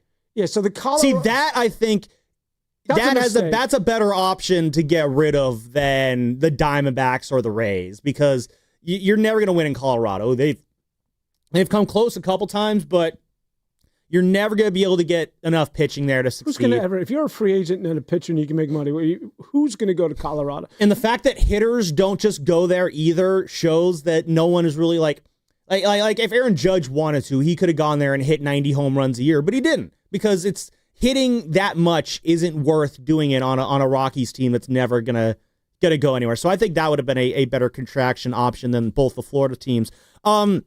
We are getting to the end of the show today, and I do want two things I want to talk about. Matt Chapman. We talked about the pillars of this team and the reason why this team is turning around. And Matt Chapman rejoined this team during the Brewers series, and the Giants have not lost since. And I don't think that's a coincidence. And Bob Melvin doesn't think so either. Here's what he had to say yesterday before the game about the impact of Matt Chapman's return. It doesn't hurt when you have one of your guys that you signed here for a long period of time and is part of the energy and the enthusiasm and the, what you expect to see out there offensively, defensively, the way he plays the game. It rubs off. So, yes, it's not a coincidence. It's certainly nice to have him back. And when you're looking up and down our lineup and he's in the lineup, it just looks like it's that much better. And then Dave Fleming, earlier in the week on Thursday, talked about Matt Chapman being the biggest obstacle. This Dave Fleming, not Steven Risotto, Dave Fleming. To see him smile and to see him feeling better, I could make the argument that he is the biggest difference maker for this team. And he has not been healthy, not even close to healthy, for a long time. And most players would just not have been in there. Most players would have just tapped out. And that's not who he is. And he tried to grind it out, and he obviously wasn't anywhere close to his normal self. When he's swinging it like this, hitting for some power, diving all over the place, pushing the envelope on the bases like he's done in this series, they are a different team. He is that important to this team. To start the year off, from the start of the year all the way towards the end of that Braves series where he injured his hand, Matt Chapman was hitting .243, had a 2.5 WAR. Giants were 37-28 in that stretch with Matt Chapman in the lineup. Then Chapman went down, and the Giants went 9-14 when he was out. He comes back during the A series on Saturday, July 5th, and he admitted later on that he wasn't fully ready to go yet. The hand was still causing him problems. He was not fully healthy, but he tried to push through it anyway. From July 5th to August 12th, Dan, while playing with that not quite right hand, I have to say that 10 times really fast, Giants were 12-19 during that stretch with a less than 100% Matt Chapman. So then he goes on the injured list again for 10 days. The Giants go 2-7 in the 9 games that he misses. And now he's returned, and the Giants are 6-0. So to put that all together, the Giants are 55-42 when Matt Chapman is both available and healthy. Or sorry, they're 55-42 when they are available. When he is available, when he's available and healthy, they're 43-28. So is that simply the key, that if the Giants are going to be successful next year, it just boils down to, obviously you need Rafi and Willie to be themselves, but you need a healthy Matt Chapman in the middle of that lineup, anchoring that defense. He might be the biggest X factor for this team down the stretch, and he might be one of the biggest reasons why Bob Melvin comes back next year. And those two are sort of, hitched together. They both appreciate one another. Matt Chapman has been very vocal about wanting to play for one manager, that being Bob Melvin. And he responds accordingly. He is... Wait, didn't we just do a segment last week where he was the consensus? Which is wild. I know. Yeah, we if you could amnesty one of these 3 contracts, and the reason I called it amnesty is after the NBA lockout in 2011, they did this thing where you could amnesty one contract and get rid of it. Oh, that's right. Rather than do Andres Biedrins, the Warriors did it to like Charlie Bell or some stupid decision like that. But that was the whole concept. If you could just take one contract off your books, and we all, I think, picked Mac Chapman. I went Rafi Devers. That's right. You went Devers. All the three of us. Yeah. The 3 of us picked Chapman, and my reasoning is because I do have a concern with him not only staying healthy, but also when he does get hurt and come back, what's the ramp up look like? Because a couple years ago in Toronto, he got off to a great start in April and May, injured his finger, and wasn't the same the rest of the year. And so what gives me concern for Matt Chapman is, yes, he can be the engine that drives his team. But if there's a hitch in that engine, if you got to take that engine to the shop, the fallout, the ripple effect there can be very detrimental. And is that really a guy you want to plant your flag in and base the future of your franchise off of when you're living and dying by those swings there? Well, I think he's just proven that when he's on this team and he's going right and he's healthy, how vital he is. He's a quiet leader because he doesn't strike me as Willie Adames you can clearly see, right? I mean, he's very demonstrative. Chapman sits more behind the scenes, yeah, I think. And that's no fun for us because we don't get to see it. And sometimes more effective, I think. Probably, which is probably for the best, which is, again, why Giants fans probably get frustrated. Yeah, and listen, if I was to use Chapman to go around the infield, and you could do the outfield as well, but Chapman, Adames, and I like Casey Schmidt. I know that a lot of people still think that there's a void and that 2 areas that you have to address over the offseason is catcher and who's going to be the second baseman. I think he solidified that position. I think that, did you see him climb the ladder in that double play he had in that series finale? I believe it was against the Cubs. I mean, he's rounding out to being a good defensive second baseman. Now, it's difficult coming from a corner infield position to play the middle infield position. But in his hitting, I think, has been very consistent. Not to mention, I like the way that guy's wired. And then obviously first base is solidified. It's probably where you're overly productive in Devers, who's going to split time there with Bryce Eldridge. There's not a lot of holes on this baseball team. Maybe right field. Which is crazy to say considering how down in the dumps this team was just a couple weeks ago. Even when this team was down, there weren't really any holes because it was just all the guys who were struggling were guys who were just like, well, this isn't who they are. Yeah. This wasn't who Matt Chapman was. Again, Matt Chapman was dealing with a hand injury that was impacting his ability to swing the bat. You know, when from July 5th to August 12th, Dan, this guy, he hit 200 during that stretch.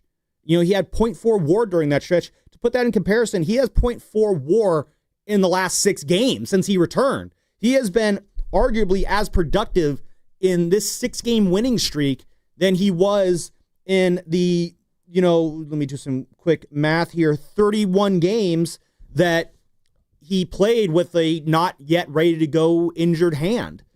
So yeah, health is absolutely a major thing for him, because when he is right, we've seen it this year. He is a driving force for this team.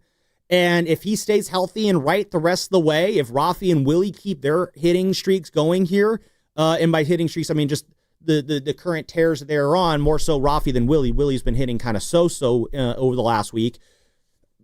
But again, it just, when you talk about momentum in September bleeding into next year, like if you could see that this month where Rafi and Willie finally look comfortable hitting at Oracle Park, where Matt Chapman's healthy and being Matt Chapman, then yeah, you start to see where, you know what?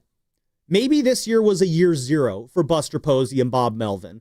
Like this was just get everyone settled in an acclimated year. And then next year it's time to hit the ground running. And then at that point, Bob Melvin is truly managing for his job, because next year you won't have any excuses of, well, you got guys trying to get adjusted. Well, you got this going on. Well, you got that going on. Next year, it's all systems go for this team, no matter who the manager is. So if it's new manager, that's one thing. If it's Bob Melvin, then I think were playoffs the expectation this year? Maybe they weren't. You could go either way on that. Right now, if you finish the season on a high note, then you're absolutely there, the expectation next year. And then it's going to be incumbent on Buster Posey to make the decision that, did Bob get the most out of this team, and is there another level he can get out of this team? And only Buster Posey knows the answer to that question right now. Well, I would say that, yeah, playoffs this year, at the beginning of the season, maybe not, depending on who it is that you talk to.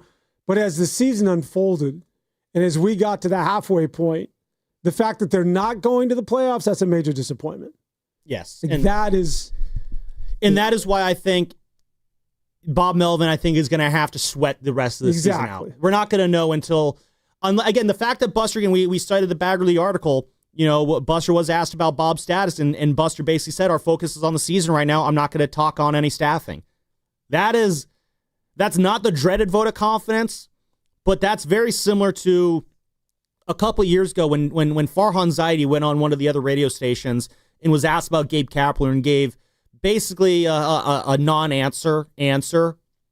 That was kind of like the writing's on the wall. Gabe needs to go. The Giants fired Gabe the next day because they didn't want Gabe to spend the last weekend of the year answering questions about, why is Farhan about to fire you? So the fact that Buster Posey is throwing out these non-answer answers on Bob Melvin's future, I'm not saying that he's a dead man walking, but it does show that the last month will matter. The season and the totality will matter. And it can only help his case to finish the season strong for next year. And that's going to be a little bit difficult because yesterday, as we mentioned earlier in the show, the Giants got some really bad news regarding Randy Rodriguez, and he's going to be probably going for Tommy John surgery. And I'm sucks that we're getting to Randy this late in the show because I wanted to kind of spend more time on it. But basically, we talked with him after the game. He's still in the decision-making process. He's got a couple of recommendations from doctors, but all signs point to the fact that he's probably going to undergo Tommy John surgery, which really sucks. And I'm sure a lot of fans are going to blame Bob Melvin for Randy Rodriguez's usage in terms of that playing a factor. He said he's been dealing with the pain in his elbow since last year, which is why the Giants were so, delicate with him this year. And overall, I don't think there's been any major issue with Randy's usage. I think it's just one of those things where it was just his arm was a ticking time bomb, and there was nothing that if he was dealing with elbow issues last year, there was no escaping it. It was going to happen eventually. So we want to blame Bob for that. I think there's just so many other things that are taking place here that I have a hard time just placing this one on Bob Melvin. He has a 1.78 ERA in 50 appearances. Randy does? Yeah, but he's got a 6.35 ERA in the month of August. Last 7 appearances, he's over 7.71. Yeah, and I think that's where the elbow really started. Everyone kind of points at the Rockies game when he threw 43 pitches in that blown save as kind of the turning point there. But he's still got a lot of rest after that Rockies game. He had a .77 ERA from that Rockies game to the All-Star break. The pitches per appearance weren't all that different. But then you started to see it go south in July. In July, 8.1 innings pitched, 3.24 ERA, about 16 pitches per appearance. And then in August, the wheels just fell off. And again, there was no spike in back-to-back days or anything like that. There were some periods where he had 5 or 6, 7 days in between starts or in between appearances because there was just no save opportunities. So I think it's just one of those things. I think this is unavoidable. I don't think there was a usage schedule in existence the Giants could have put Randy Rodriguez on that would have avoided this. Listen, going forward, I don't think it, when you consider everything that we've talked about and going through this entire starting lineup, and this is not to diminish what it is in terms of his value and what he has meant to the Giants this year, but you're not going to win or lose or miss and make the playoffs and have it all be predicated on on Randy Rodriguez. In other words, while he's a vital member of this team and you'd love to have him at full strength, the Giants have to move on and they have to move forward and they have to go. Listen, thankfully Ryan Walker looks as though he's going to finish. He'll be the closer the rest of the year. He'll be good, but he's been pitching well of late. And you just want, you got to go address the bullpen over the offseason, whether that means bringing back Tyler Rogers, which I'm hoping that's a discussion that they had when they first let him go, that, listen, we're going to be very active because you like it here and bringing you back. But it's Randy Rodriguez is, while it's a blow, it's something that they can overcome. I agree. And honestly, I'm not sure if he is your closer of the future. I think he's a great middle relief guy. I love him as a 7th, 8th inning guy. I like Ryan Walker as a 7th or 8th inning guy. I think that is where their future is at for both of them. But you talk about what the bullpen will look like next year. It is far from bereft of talent. Like, the Giants will still have a good bullpen to work with. If there's one thing this organization has shown over the years is that they are very, very good at finding bullpen arms. You got Ryan Walker still. Spencer Bivens will be back. Jose Butto, I like what we're seeing from him. Tristan Beck, he's shown to be a guy who can eat a couple of innings out of the bullpen as well. Eric Miller, hopefully he doesn't need surgery. He's done for the year. Unfortunately, he's got the elbow sprain, but it doesn't seem like they will need Tommy John for that one. Knock on wood for that one. You also got, again, Carson Seymour, who's going to be starting today. He'll probably be in the mix for a relief role next year. Keaton Wynn is another one who, he was kind of brought up as a starter, but he'll probably see more time in the bullpen. Is Kaiwei Tang, is he a middle relief guy next year? We'll get long looks at them. Where's Joel Peguero? I'm going to get there. Sorry. Joey Lucchese, I don't know if he's back next year. Matt Gage, I would absolutely like to see him back next year. I've really liked what I've seen from Matt Gage. But yes, that does kind of bring me to the overall solution here. I want to see Joel Peguero as the Giants closer. Needs to be hitting the strike zone a little bit more, but that dude just pumps 102 like it's nothing. And if he can get the command right, I am all in on Joel Peguero being the Giants closer next year, assuming he can rise up and take that job. That's asking a lot. I think I need to see a little bit more before you're throwing him in that role. This is where it's kind of where it'd be easier if the Giants were just completely out of it. Because then you can just throw him into all your save situations down the stretch and see what he can do. He may have to anyways.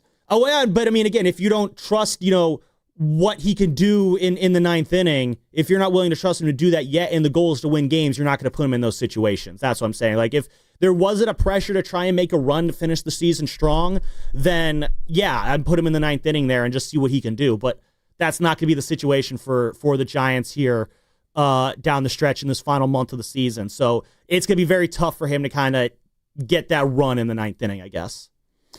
Yeah, it's just to go back to Randy Rodriguez. Somebody had talked about this, that they didn't know that if he had what it took to be a closer. And what I mean by that is that he was not a guy that was, because they were very close in monitoring his appearances, and he's not somebody that was as effective when he had to go back to back.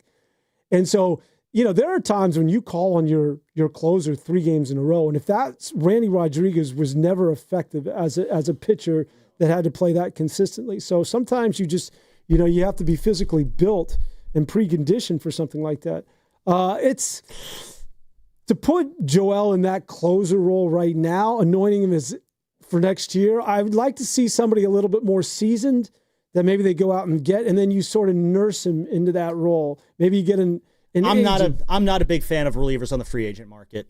Yeah, it's I don't tough like to do. it. It's just to me, free agent relievers are a lot like, if I were to compare them to another position in sports, I'd compare them to offensive linemen in football, in that the truly good ones don't reach free agency. So, like, if you're already going on to the free agent market to find a reliever there, you're probably going to overpay for a guy who's not going to give you the results. Kenley Jansen's been good. Again, that's one of the few exceptions, not the rule there. So that's going to do it here for us today on the Orange and Black Weekend Wrap. And unfortunately, Dan, I got a bit of an announcement, a sad announcement that I have to make here to close off the show. And that is that we're not just wrapping the show today. We are going to be wrapping the show for the baseball season. This will be the last edition of the Orange and Black Weekend Wrap. Next weekend, we're going to be transitioning to a more football-based programming on Saturday mornings.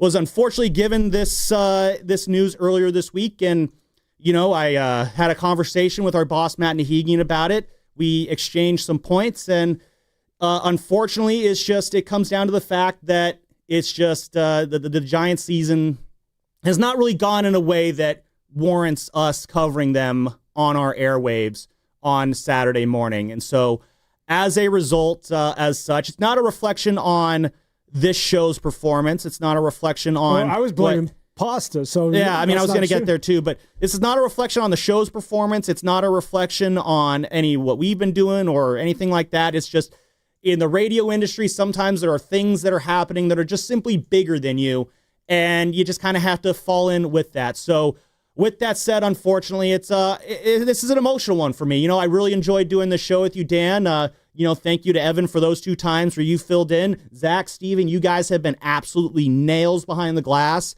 all summer long. I know I put a lot on you guys coming in. Hey, I need you here bright and early so we can cut all that sound because we got to do a lot of stuff on our own here on Saturday mornings, and you guys absolutely stepped up. Zach, you have absolutely grown a lot as a producer doing this show, which is absolutely something I want of you, Steven. You have done great on the board, and you have been such a great asset chiming in with your own little baseball nuggets. Dan, man, I have had so much fun talking baseball with you this summer. Like, I used to produce shows for you during the summer, but our shows were always on during Giants games, and we didn't talk about the Giants when Giants games were on, so we didn't get to do a whole lot of baseball talk when I was producing the shows that you were doing with Alan Stiles or Shamari Block or Kyle Madsen or Jason Dumas. But coming into this year, I'm just like, man, I wonder what baseball talk with Dan Devone's going to be like. And it was some of the most fun baseball talk I have ever had. So I've learned a lot from you this summer, Dan. I want to keep learning from you. Maybe one of these days I'll learn how to swim long distances like you, but we'll cross that bridge when we get to it. But yeah, it's been a lot of fun. And most importantly, though, the people I need to shout out is the people who tuned in, the rappers this year who tuned into the Orange and Black Weekend Wrap. All of our friends here in the YouTube chat who I'm looking at now, No, Theodore Rand, Wayne, Alex in Atlanta, Jason Mishler, all you guys. I'm just going to keep reading off names as I see them here. Daniel, all you guys, Skills, another one, Richie in Queens. I want to shout out Mitch in New Jersey, Jan in Mountain View. All you guys who chimed in on the show, who texted in on the show, who called in on the show, who listened to the show, all the listeners who didn't do any of that stuff, but were at least just listening, whether in their car or on the free Odyssey app. None of this could have been possible without you guys tuning in every morning, wanting to get your fix for Giants baseball. And that was always my goal here, is I want to bring Giants fans fun Giants conversation for fans who are, no matter how bad the game was last night, are going to wake up the next day and be like, you know what? Maybe today's game will be a little bit better. Those are the Giants fans that I love the most. Those are the Giants fans who I wanted to reach out to and converse with this summer. And I do want to thank Matt Nahigian for giving me this opportunity. We concocted this show all the way back in January. We sat down and planned out doing this for when the Warriors season ended. So I very much appreciate the opportunity that he gave me to talk Giants baseball, a team I've loved since I was 7 years old, with all you guys. So thank you, everybody, for making this show an absolute delight. The next few weeks, we'll be doing, again, a lot of football programming. I don't know. I will probably be a part of it in some capacity. You'll hear a lot more Evan Giddings and Mark Grandy in this slot now going forward for the rest of the year. And then, of course, Warriors This Week will be starting up come October, and that'll obviously be you and Evan will be handling the lion's share of that. So, and then obviously I'm not going anywhere. I'm still an employee at 95.7 The Game. I'll still be cracking the whip on the morning roast, keeping the Joes in line. So, and of course, if you still want Giants talk, Risotto and I, we're going to be cranking out episodes of the Garlic Fries and Baseball Guys podcast. So there will still be Giants content under the 95.7 The Game banner that we will be coming to you with for the rest of the season and into the offseason. So we're not going anywhere. Just going to have to go to a slightly different spot to find us. So Dan, Steven, Zach, everyone who listened, Matt and Hegan, all you guys, thank you so much.